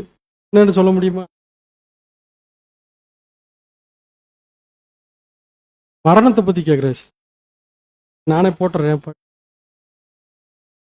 ஆதாமுக்குள்ளான மரணம், கிறிஸ்துவுக்குள்ளான மரணம். ஆதாமுக்குள்ளான மரணம் ஆதாமின் கீழ்ப்படியாமையின் மூலமா முழு மனுக்குள்ள மரணத்துக்குள்ளாக சென்று கொண்டிருக்கிறாங்க. ஆனாலும் கிறிஸ்துவுக்குள்ளாக அனைவரும் எழுப்பப்படுவாங்கன்றது. அதே போல கிறிஸ்துவுக்குள்ளான மரணம் அப்படின்னு பார்க்கிற போது, நிழலில் காளை எப்படி பலியாடுதோ அதே போல வெள்ளாடும் பலியாக வேண்டும். காளையும் சரி வெள்ளாடும் சரி தன்னுடைய பாவங்களுக்காக பலியாகுவதில்லை. அதே போலதான் நம்முடைய மரணமும் இருக்கு. நாமும் கூட மற்றவர்களுக்காக தான் பலியாக வேண்டும். அப்படி மறுத்தால்தான் கிறிஸ்துவை போல நாமளும் உயிர்த்தெழ முடியும். நிழலில் வெள்ளாடு பாவம் இல்லாம இருந்துச்சு. ஆனா நாம இப்ப எப்படி இருக்கோம்? அப்படி இல்லையே, பாவிகளும் பலவீனர்களுமாக இருக்கோமே. இப்ப நாம என்ன செய்யறது? கர்த்தருடைய பலியை பார்க்கும்போது அவர் வெறும் ஜீவனுக்கு மட்டும் ஜீவனை கொடுக்கவில்லை, மாறாக கூடுதலாக அவர் கொடுத்திருக்கார். இந்த கூடுதல் என்பதை நாம் பார்க்கும் போது, இப்பொழுது நாம் செய்கின்ற இந்த பலவீனங்கள் மற்றும் பாவங்களுக்காக அன்று அவர் கொடுத்த அந்த கூடுதல் நமக்காக பரிந்து பேச. அதனாலதான் ஒவ்வொரு நாளும் நாம கிருபாசன அண்டைக்கு போய் நம்முடைய எல்லா விஷயங்களுக்காகவும் அவரிடத்துல மன்னிப்பை கேட்டுக்கொண்டு. இப்ப நீதி எடுத்துக்கொண்டால் ஜீவனுக்கு ஜீவன் மட்டும்தான் கேட்டுச்சு நீதி. ஆனால் கர்த்தரோ நீதியை மட்டும் செய்யவில்லை, அதிகமாகவே செஞ்சிருக்காருன்னு பார்க்கிறோம். இப்படிப்பட்டவர் ஆண்டவராக இயேசு கிறிஸ்து தான் லவோதிக்கேயா சபைக்கு தன்னை உறுதிப்படுத்தி காண்பிக்கிறவராக இருக்கார். சகோதரர், நீங்கள் உங்களுக்கு எல்லாமே இருக்கு என்று நினைச்சுக்கிட்டு இருக்கீங்க. ஆனா உங்களுடைய தேவைகளுக்கு நிச்சயம் நீங்க என்னிட தான் வர வேண்டும் அப்படின்னு சொல்றாரு. அதுக்கு ஒரு வசனம் படிக்கலாம். அப்போஸ்தலர் 4ஆம் அதிகாரம் 12ஆம் வசனம். அப்போஸ்தலர் 4ஆம் அதிகாரம் 12ஆம் வசனம். அவராலே அன்றி வேறொருவராலும் ரட்சிப்பு இல்லை. நாம் ரட்சிக்கப்படும்படிக்கு வானத்தின் கீழெங்கும் மனுஷர்களுக்குள்ளே அவருடைய நாமமே அல்லாமல் வேறொரு நாமம் கட்டளையிடப்படவும் இல்லை என்றான். கர்த்தர் இல்லாமல் நமக்கு ரட்சிப்பு. கர்த்தருடைய நாமத்தை தான் தேவன் வச்சிருக்காரு நமக்கு ரட்சிப்பு. அவருடைய நாமம் இல்லாமல் நாம் ரட்சிக்கப்பட முடியாது. அதனாலதான் யோவான்ல கூட கர்த்தர் சொல்றாரு, என்னை இல்லாமல் உங்களால் ஒன்றும் செய்ய முடியாது. நாம கர்த்தர் இல்லாம நம்ம எதையுமே செய்ய முடியாது தேவன். ஆகையால நாம ஏதோ ஒரு காரியம் செய்துவிட்டு சுயமாக அது கர்த்தருக்கு மிகுந்த மகிழ்ச்சியை உண்டாக்கிறோம், தேவனுக்கு மிகுந்த மகிழ்ச்சியை உண்டாக்கிறோம், அப்படியே நம்மளை சந்தோஷமா பரலோகத்துக்கு கொண்டு போயிடுவாங்கன்னு நினைச்சுக்கிட்டுலாம் இருக்கக்கூடாது. எந்த காரியத்தையும் நாம் கர்த்தர் இயேசுவை பார்க்கும்போது அவரை பற்றி என்ன எழுதியிருக்கிறதோ, பிதாவின் சித்தம் என்னவோ, அவர் என்ன சொன்னாரோ அதை மட்டுமே செய்தார ஒழிய கூட்டியும் குறைச்சோ ஒரு விஷயத்தையும் கர்த்தர் செய்ய.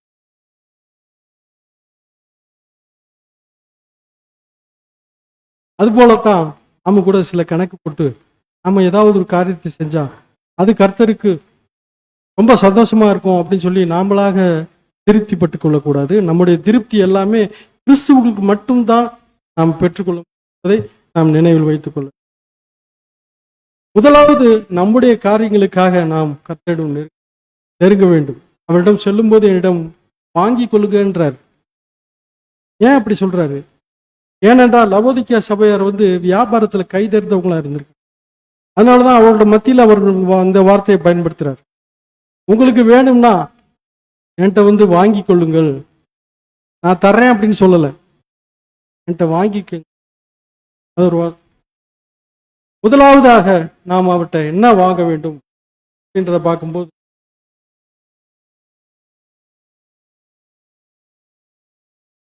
முதலாவது நாம வாங்க வேண்டியது நெருப்பிலே புடமிடப்பட்ட பொன். நாம அவர்கிட்ட ஏதாவது வாங்க வேண்டும்னா அதுக்குடைய விலையை நம்ம கொடுக்கணும். அந்த விலை என்னன்னா, விசுவாசத்தோடு கர்த்தருக்கு முழுமையாக கீழ்ப்படிஞ்சு நடக்கணும். விசுவாசத்தோடு முழுமையாக கீழ்ப்படிஞ்சு கர்த்தருக்கு கீழ்ப்படிஞ்சு நடக்கணும். இதுதான் நாம கொடுக்கக்கூடிய விலை. அப்பொழுதுதான் அவர் விலையேறப்பட்ட பொண்ணை அவர்கிட்ட இருந்து நாம பெற்றுக்கொள்ளும். எப்படிப்பட்டதுன்னா, அக்கினியில புடமிட்ட பொண்ணா. அக்கினியில புடமிடப்பட்டால் தான் அதுல உள்ள கரைகள் எல்லாம் நீங்கும். அதுபோல மிகுந்த வேதனையின் மத்தியில தான் நாம கூட பெற்றுக்கொள்ளும். பாடுகள், உபத்திரங்கள் எல்லாமே சத்தியத்திற்காகவும் சகோதர சகோதரிக்காகவும் பெறக்கூடியதாக இருக்குது. படிக்கலாம். நீதிமொழிகள் 10:22, நீதிமொழிகள் 23:23. கர்த்தரின் ஆசிர்வாதமே ஐஸ்வர்யத்தை தரும், அதனோடே அவர் வேதனையை கூட்டார். நீதிமொழிகள் 23ஆம் அதிகாரம் 23ஆம் வசனம். சத்தியத்தை வாங்கு, அதை விற்காதே, அப்படியே ஞானத்தையும் உபதேசத்தையும் புத்தியையும் வாங்கு. நம்ம கர்த்தரிடத்தில் என்னென்ன விஷயங்கள் எல்லாம் வாங்க வேண்டும் என்றால், தெய்வீக வார்த்தைகள், தெய்வீக வாக்குத்தத்தங்கள், இவற்றை தான் நாம் அவர்கிட்ட போய் வாங்க வேண்டுமா. அடுத்ததாக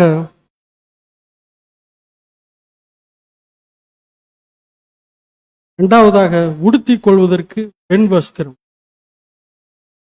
இந்த பெண் வஸ்திரம் குறித்து சொல்லும்போது இது கர்த்தருடைய நீதியை குறிக்கிறது. அவருடைய பழியின் புண்ணியத்தை தான் நமக்கு பெண் வஸ்திரமாக தரிப்பிக்கிறாரு. ஏன் அப்படின்னா, நாம பாவிகளும் பலவீனர்களா இருக்கு.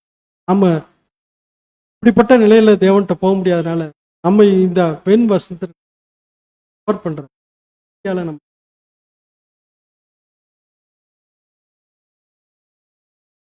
அதுக்கு ஒரு வசனம் படிக்கலாம். வெளிப்படுத்தினால் 19ஆம் அதிகாரம் 8ஆம் வசனம்.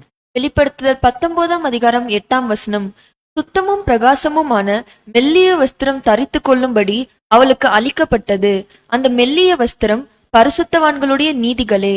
இந்த வசனத்துல சொல்லப்பட்டுள்ள இந்த மெல்லிய வஸ்திரம் என்னன்னா, மகிமைக்கு சென்ற பின்பு நமக்கு கிடைக்கக்கூடிய வஸ்திரம் என்பதை நாம் அடுத்ததாக நாம் பார்க்க வேண்டியது, வாங்க வேண்டியது கண்களுக்கு பளிக்கம். படிங்க. லவோதிக்கேய சபையார் சத்தியத்தின் வெளிச்சத்தை பெற்றுக்கொள்ளாதபடிக்கு குருடராக இருக்கிறார்கள். அதற்கு தேவையான கலிக்கத்தை கர்த்தரிடமிருந்துதான் அவர்கள் பெற்றுக்கொள்ள வேண்டும்.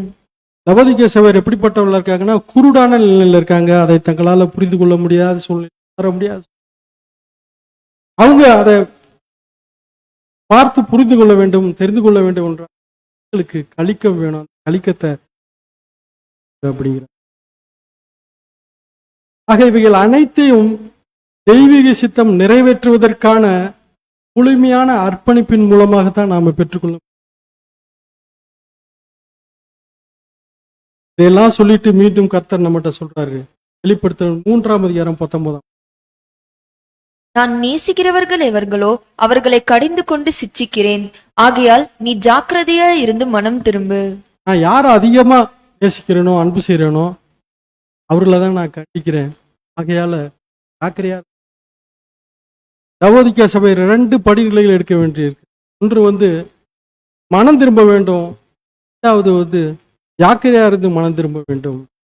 அதை கூட ஆங்கிலத்தில் சொல்லும்போது அதுல ஒரு ஜீல், அதாவது as many as I love, I rebuke and chasten, be jealous therefore and repent ன்னு வரும். இதுல ஜீல்னு ஒரு வார்த்தை வருது. ஜீல் என்ற வார்த்தைக்கு ஜாக்கிரதையாக இருந்து வைராக்கியத்தோட மனம் திரும்பு அப்படின்னு. அப்படி மனம் திரும்பின பின்னாடி உங்களோட வைராக்கியம் எப்படி இருக்கணும்னா கொழுந்து விட்டு எரியணும் அப்படிங்கிற. இதே மனம் திரும்பு என்ற வார்த்தையை சரதி சபைக்கு சொல்லியிருக்காரு, எபசு சபைக்கு சொல்லியிருக்காரு, அடுத்ததாக லவோதிக்கேய சபையிடம் சொல்றார். நாம் எதிலிருந்து மனம் திரும்ப வேண்டும் அப்படின்னு ஒரு சந்தேகம் நமக்கு வரும். தேவனுடைய சித்தத்துக்கு விரோதமாக நீங்க என்னென்னலாம் செய்யறீங்க அப்படின்றது உங்களுடைய புத்திக்கு தெரிகிறதோ அதை எல்லாவற்றையும் விட்டு மனம் திரும்ப வேண்டும் என்பதுக்குரிய சொல். அதாவது நாம் பெற்றிருக்கிற அறிவின் மூலமாக இதெல்லாம் கர்த்தருக்கு விரோதமான காரியம் என்று நமக்கு எதெல்லாம் படுகிறதோ அந்த காரியங்களை எல்லாவற்றையும் விட்டு நாம் மனம் திரும்ப வேண்டும் என்பது நான் கர்த்தர் நம்ம சொல். அப்படி மனம் திரும்ப வேண்டும் என்றால் ஆழமான பக்தி வைராக்கிய வேண்டும். அப்படி இருந்தால் மட்டும்தான் நம்மளால் இந்த காரியத்தை செய்ய. அதனால்தான் லவோதிக்கேய சபையருக்கு மனம் திரும்புவது என்பது மிக முக்கியமான காரியமாக இருக்கிறது அன்புக்குரிய. ஒருவேளை மனம் திரும்பாவிட்டால் கர்த்தர் வாயிலிருந்து ஆந்தி பண்ணி போட்டுருவேன். அதனால நம்முடைய குறைவுகளிலிருந்து நாம் மனம் திரும்பி நாம் கர்த்தரிடத்தில் சென்று சேர வேண்டும். திரும்ப திரும்ப வந்த பாவத்துக்கே நாம் சென்றோம் என்றால் ஆசீர்வாதங்களை நாம் சரி மனம் திரும்பியாச்சு. மனம் திரும்புவதற்கு பின்பாக எந்த ஒரு காரியம் செய்ய வேண்டும்னா விசுவாசம் அப்படின்னு சொல்ற வசனம் படிக்கலாம். வெளிப்படுத்தல் 3:20. வெளிப்படுத்தல் 3:20. இதோ வாசற்படியிலே நின்று தட்டுகிறேன். ஒருவனின் சத்தத்தை கேட்டு கதவை திறந்தால் அவனிடத்தில் நான் பிரவேசித்து அவனோட போஜனம் பண்ணுவேன், அவனும் என்னோட போஜனம் பண்ணுவான். இந்த வசனத்தை நீங்க படிக்கிறீங்க இல்லையா? இது யாருக்கு சொல்றாரு? சபை ஜனக்கு சொல்றாரா, தனிப்பட்ட நபருக்கு சொல்ற?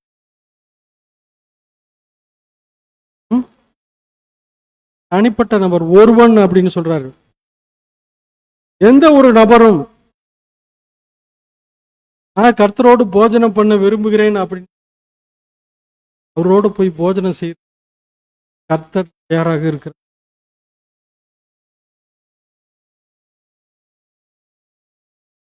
இது எப்பேற்பட்ட விஷயம் என்பது. நாம எந்த ஒரு நிலையில இருக்கிறோம்? நம்ம எல்லாம் பிச்சைக்காரர். அவர் ராஜாவா இருக்காரு. இந்த ராஜா நம்மளோட போஜனம் பண்ண நம்ம நிலைமை என்னவாகும் என்றால் பிச்சைக்காரர்களாக இருக்கிற நாமெல்லாம் பிரபுக்களாக மாறிடுவோம். இப்படிப்பட்ட நிலைக்கு நம்ம இந்த காரியம் நம்மளை கொண்டு செல்லும் என்பது சகோதர சகோதரி. ஆக நாம் செய்ய வேண்டியது என்ன? கர்த்தர் உள்ளே வருவதற்கு நாம் நமது இருதயத்தை திறந்து வைத்து அவர் உள்ளே வருவதற்கு நாம் அனுமதி கொடுக்கும். அவர் ஆண்டவராகவே இருந்துட்டா கூட தானாக கதவை திறந்து உள்ள வரமாட்டார். நம்முடைய விருப்பத்துக்கே அந்த காரியத்தெல்லாம் விட்டுறார். யார் விருப்பம் கொள்கிறார்களோ அவர்களோட அவர் போஜனம் செய்கிறார். ஆனா இந்த நிலைக்கு நாம தகுதியானவர்களா என்பதை ஒரு நிமிடம் நீங்க சிந்திச்சு பாருங்க. ஏனென்றால் இந்த முழு உலகத்துக்கும் பிதாவாக இருக்கிற தேவனுடைய ஒரே குமாரன் நம்மோட போஜனம் செய்கிறேன்னு சொன்னார்னா இதுக்கு நாம தகுதியா இருக்கிறோமா என்பதை யோசித்து பாருங்கள். இன்று கர்த்தர் நம்முடைய அப்படிப்பட்ட நிலைமையில தான் வச்சிருக்கார். அதனால நாம என்ன செய்யணும்? உண்மையாக கர்த்தருக்கு ஒப்பு கொடுக்க வேண்டும். ஏனென்றால் ஒரு சராசரி கிறிஸ்தவனாக வாழ்ந்துவிட்டு செல்லக்கூடாது. ஒருவித கொள்கை அடிப்படையில் வாழ்ந்து மரிக்கிறவர்களாக நாம் இருக்கக்கூடாது. இப்படிப்பட்ட வாழ்க்கை வாழ்வதற்காக கர்த்தர் நம்மை அழைக்கவில்லை என்பதை நாம் புரிந்து கொள்ள வேண்டும். கர்த்தர் நம்மை எதற்காக அழைத்திருக்கிறார்னா, எந்த நிபந்தனையும் இல்லாம நம்மை நாம் முழுமையாக அவருக்கு அர்ப்பணிக்க வேண்டும் என்பதற்காகத்தான். நாம ஞானஸ்நானம் எடுக்க போறப்ப ஏதாவது நிபந்தனை சொன்னோமா, இல்லை கண்டிஷன் போட்டோமா, எனக்கு நீங்க இந்த காரியங்கள்லாம் செஞ்சு கொடுத்தாதான் நான் என்னை முழுமையாக உங்களுக்கு ஒப்பு கொடுப்பேன், அர்ப்பணிப்பேன் அப்படின்னு சொன்னோமா? ஒண்ணுமே சொல்லலை. அப்ப நாம என்ன செய்யணும்? நம்ம முழுமையாக அவர்கிட்ட சரண்டர் பண்ணிடணும் இல்லையா?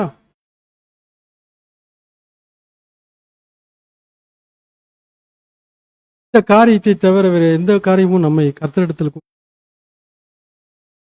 இப்படியாக ஒருவர் மனம் திரும்பி விசுவாசத்தோடு கர்த்தரோடு போஜன பந்தியில இருக்காருன்னு சொல்லும்போது கர்த்தர் அவருக்கு ஒரு பரிசு கொடுக்குறாராம்.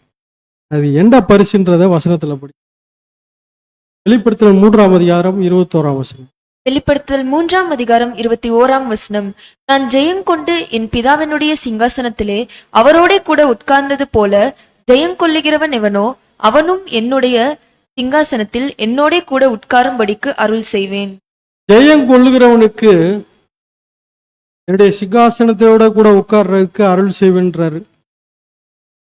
அப்படிப்பட்ட ஒரு உன்னதமான பாக்கிய நிலையை தர்றேன்றாரு. இதுதான் நமக்கு கொடுக்கப்பட்ட மிகப்பெரிய பரிசு. அன்புக்குரிய சகோதர சகோதரி, இந்த பரிசை தான் நமக்கு முன்னாடி வைக்கிறாரு. யார் ஒருவர் இந்த வெதுவெதுப்பான நிலையில இருந்தும் அலட்சியமான தன்னுடைய போக்கில் இருந்தும் தன்னுடைய சுய திருப்தியில இருந்தும் ஜெயங்கொண்டு வெளியில் வருகிறாரோ கர்த்தர் அவருக்கு இந்த ஆசீர்வாதத்தை தருவேன்னு வாக்கு கொடுத்திருக்கிறார். அன்புக்குரிய சகோதர சகோதரி, ஒருவேளை இந்த நிலையை விட்டு நாம் வெளியே வராம இதே நிலையில இருந்தோம் என்றால் நிச்சயம் நமக்கு மரணம் தான் சம்பவிக்கும். நாம் எப்பொழுதுமே கர்த்தரை சார்ந்துதான் இருக்கணும். அவருடைய ஆலோசனை கேட்க வேண்டும், நாட வேண்டும். காரணம், நம்மெல்லாம் தரித்திரலா இருக்கோம், நிர்வாணிகளா இருக்கோம், குருடர்களாகவும் இருக்கிறோம். அதனால நாம அவரை நாடி தேடி போய் அவருக்கு கொடுக்கக்கூடிய விஷயங்களை பெற்றுக்கொள்ள வேண்டும். மனம் திரும்பும் போதுதான் மகிமையான ஆசீர்வாதத்தை தருவேன்னு உங்களுக்கு கர்த்தர் வாக்கு கொடுத்திருக்கிறார். அன்புக்குரிய, இதற்கு நாம் செய்ய வேண்டியது என்ன என்றால், கர்த்தர் நம்மோடு போஜனம் பண்றதுக்கு நாம அனுமதி கொடுக்கணும். அனுமதி கொடுக்கலாமா வேண்டாமா? அது நம்ம ஒவ்வொருவருடைய கரங்களையும். நாம் இருக்கக்கூடிய நிலைமையில நம்மோட நம்ம கூட மேஜையில உட்கார்ந்து சாப்பிட்றேன்னு சொல்றாருன்னா இது எவ்வளவு பெரிய விஷயம் என்பதை தயவு செய்து எல்லாரும் சிந்திச்சு பாருங்க. அதனால கர்த்தர் நம்மோடு போஜனம் செய்வதற்கு நாம் அனுமதி கொடுக்க வேண்டும். அப்படி நாம அனுமதி கொடுத்தால்தான் அவரும் நம்ம பரலோக ராஜ்யத்தில் போவதற்கு அனுமதி. நாம் அவரை உள்ளே விடவில்லை என்றால் அவரும் நம்மை உள்ளே விடமாட்டார். அன்புக்குரிய சகோதர சகோதரி, அதனால இந்த ஆசீர்வாதங்களை எல்லாம் நாம் சுதந்திரித்துக் கொள்ள வேண்டும் என்றால் லவோதிக்கேயா சபையார் தங்களுடைய நிலைமையை உணர்ந்து அதிலிருந்து வெளியே வருவதற்கு ஜாக்கிரதையாக இருந்து மனம் திரும்ப வேண்டும். அன்புக்குரிய சகோதர சகோதரி, பாடமித்தோடு நிறைவு பெற்று இறுதியாக பாடத்தின் ஆதார வசனத்தை படிச்சுட்டு இந்த பாடத்தை நிறைவேற்றுவோம். வெளிப்படுத்தல் 3ஆம் அதிகாரம் 19-20 வசனம். வெளிப்படுத்தல் 3ஆம் அதிகாரம் 19ஆம் வசனம் முதல். நான் நேசிக்கிறவர்கள் எவர்களோ அவர்களை கடிந்து கொண்டு சிட்சிக்கிறேன். ஆகையால் நீ ஜாக்கிரதையா இருந்து மனம் திரும்பு. இதோ வாசற்படியிலே நின்று தட்டுகிறேன். ஒருவன் என் சத்தத்தை கேட்டு கதவை திறந்தால் அவனிடத்தில் நான் பிரவேசித்து அவனோடே போஜனம் பண்ணுவேன், அவனும் என்னோட போஜனம் பண்ணுவான். தேவன் தாமே இந்த வார்த்தைகளை ஆசீர்வதிப்பாராக. பொறுமையோடு கேட்ட உங்கள் அனைவரையும் தேவன் தாமே ஆசீர்வதிப்பாராக. ஆமென்.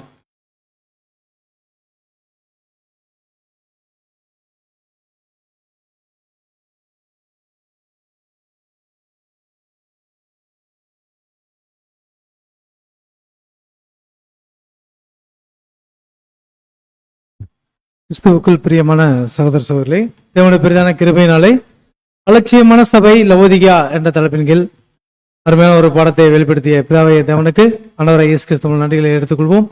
பொது கொடுத்த அன்பு சகோதரர்களுக்கும் நம் அனைவரும் சார்பாக நன்றிகளை எடுத்துக்கொள்வோம். அன்பான சகோதர சகோதரிகளே, லவோதிகா அப்படின்னா யார்? அந்த லவோதிகா கடைசி கால அங்கமாக வாழ்கின்ற நமக்கு தான், நம்ம தான் அந்த புது சிருஷ்டி, நம்ம தான் கடைசி கால சபை அப்படின்னு சொல்லி வந்திருக்கோம். வந்திருக்க நாம இன்னைக்கு ஒரு பெரிய ஒரு ஆலோசனை பாடமாக நம்மளுக்குள்ள இருக்கின்ற அந்த ஒரு வைராக்கியம், தாகம் எப்படி இருக்கணும் அப்படின்னா, ஒன்று அனலா இருக்கணும், இல்லை குளிராக இருக்கணும். வெது வெதுப்பாக இருந்தோம் அப்படின்னா என்ன பண்ணுவார்? வாந்தி பணம் போடுறது யார் கையில் இருக்கு? வாந்தி பணம் போட போகிறோமா இல்லை அவரோட சேர்ந்து சபையாக மாற போகிறோமான்றத நாம் அனுதின ஜெபத்தில் ஒவ்வொரு நாளும் நம்ம இந்த சத்திய வசனத்தின் அடிப்படையில் வாழ்ந்து தேவனிடத்தில் சென்று சேர தேவன் தம்மை கிருபை செய்வாராக. தூது கொடுத்த அன்பு சகோதரர் லியோ ஜெயக்குமார் அவர்களுக்கும் நன்றிகளை எடுத்துக்கொள்வோம். அவருடைய ஊழிய பணி இன்னும் மென்மேலும் சிறக்க நம் அனைவரின் ஜெபங்களில் அவருக்காக ஏறெடுத்துக்கொள்வோம். ஒரு கூடு வைக்கும் முடிவாக நாம் அனைவரும் எழுந்து நிற்போம். பாடல் எண் 6, எந்தன் ஜீவன் இயேசு என்ற பாடலை நாம் அனைவரும் சேர்ந்து பாடுவோம்.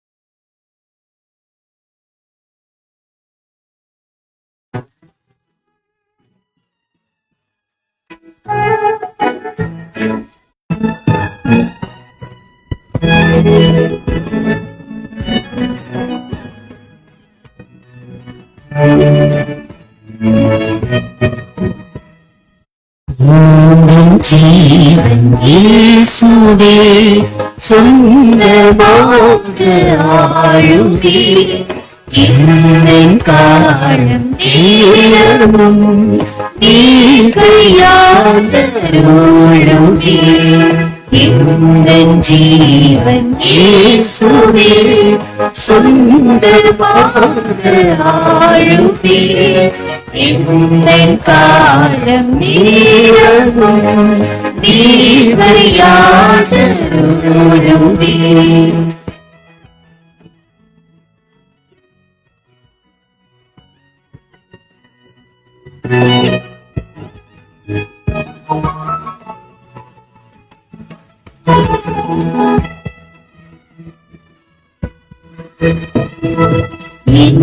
என் கை பிறந்தினா தேவப்பட்டு எந்தன் கால் பணி செய்ய வீரையும் அழகாக வீரக்கும் என் கை பிறந்தினா தேவப்பட்டு எந்தன் கால் பணி செய்ய வீரையும் அழகாக வீரக்கும்.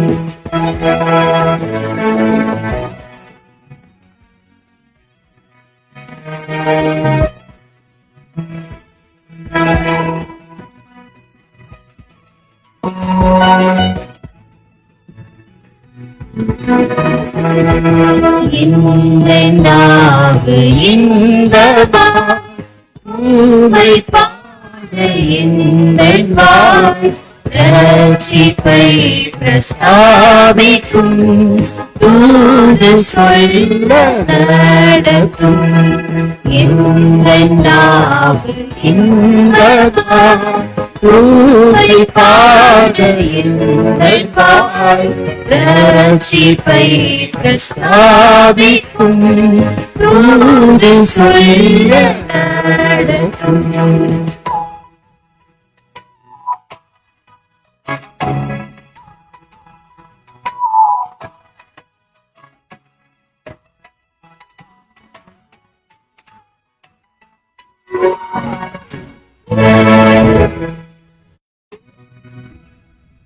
இந்த நாஸ்தி தேவரே ஊற்றும் அங்கீகரிப்பீர்.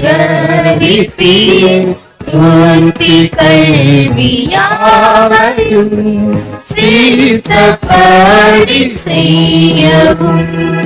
இந்த நாஸ்தி தேவரே ஊற்றும் அங்கீகரிப்பீர்.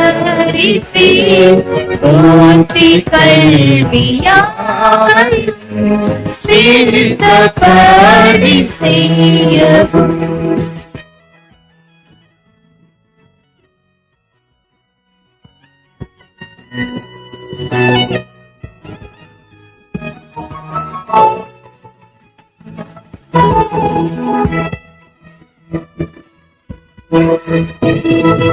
எங்கள் சித்தம் வீடுவே போக்கு வீழ்ந்து கொடுத்தீர். எங்கள் நெஞ்சை ஆளுவீர். அதில் தோன்றி வசிப்பீர். எங்கள் சித்தம் வீடுவே போக்கு வீழ்ந்து கொடுத்தீர். எங்கள் நெஞ்சை ஆளுவீர். அதில் தோன்றி வசிப்பீர்.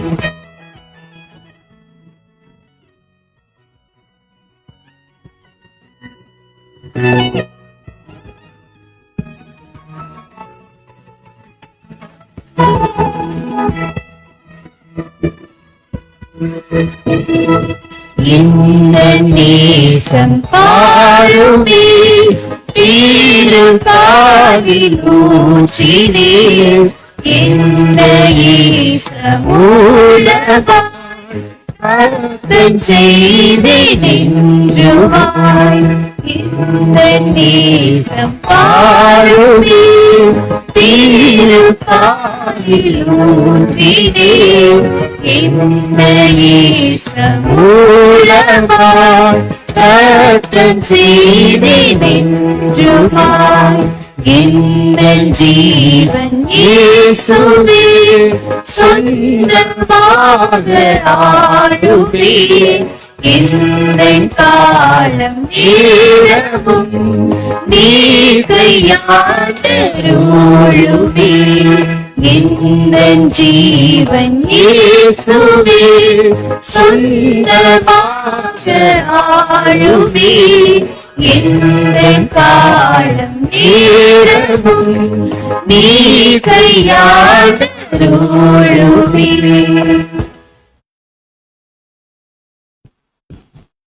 ஒரு ஆராதனைக்கு முடிவு ஜெபத்தை அன்பு சகோதரர் மகேஸ்வரன் பிரதர் அவர்கள் ஏறெடுப்பார்கள்.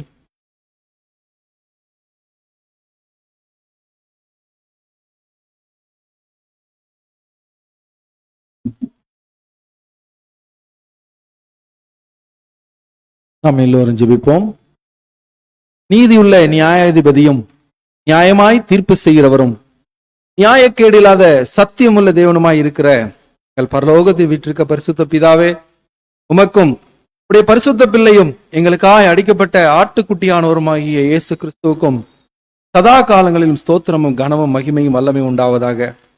நீதியுள்ள பிதாவே, தகுதியில்லாதவர்களாய் இருந்த எங்களையும் கூட எங்கள் மேல் உம்முடைய சித்தம் கொண்டு உடைய சிருஷ்டிகளில் நாங்கள் முதல் பலன்கள் ஆவதற்கு உடைய சத்திய வசனத்தினாலே எங்களை ஜெனிப்பித்து உடைய சமூகத்திலே சகோதர சகோதரர்களாய் கூடியுமை ஆராதனை செய்ய முடியாய், ஒவ்வொரு நாளும் உடைய சத்திய பாடத்தை கேட்க முடியாய் நீர் கொடுத்த ஒவ்வொரு வாய்ப்புக்காய் உமக்கு நன்றி தேவனே. அந்த வகையில கூட இன்றைய நாளில இந்த காலை வேளையில நாங்கள் சகோதர சகோதரர்களாய் கூடி உமக்கு ஆராதனை செய்ய முடியாய் நீர் கொடுத்த அந்த நல்ல வாய்ப்புக்காய் உமக்கு நன்றி செலுத்துகிறோம். இந்த ஆராதனையின் ஆரம்பம் முதல் முடிவு வரை உம்முடைய கிருபையும் உம்முடைய பிரசன்னம் எங்கள் ஒவ்வொருவர் மேல் இருந்ததற்காக உமக்கு நன்றி செலுத்துகிறோம். இந்த ஆராதனையிலே தேவ தூதை கொடுத்த தேவதூதனுக்காக உமக்கு நன்றி செலுத்துகிறோம். அவர் இன்னும் அதிகமாக எடுத்து பயன்படுத்தும்படியாக நம்முடைய பரிசுத்த வல்லமையை ஆவியை அவருக்கு அதிகமாய் தந்தருளுங்க தேவனே. அலட்சியமான லவோதிக்கியா சபை என்ற தலைப்பில நீர் எங்களுக்கு கற்றுக் கொடுத்த பாடங்களுக்காக நமக்கு நன்றி செலுத்துகிறோம். யா தேவனே, அந்த லவோதிக்கியா சபையாருடைய வாழ்க்கையை வைத்து எங்களுடைய வாழ்க்கையை ஒப்பிட்டு பார்க்கும்படியாய் நீர் எங்களுக்கு ஒரு வாய்ப்பு கொடுத்தீரே, உமக்கு நன்றி செலுத்துகிறோம் தேவனே.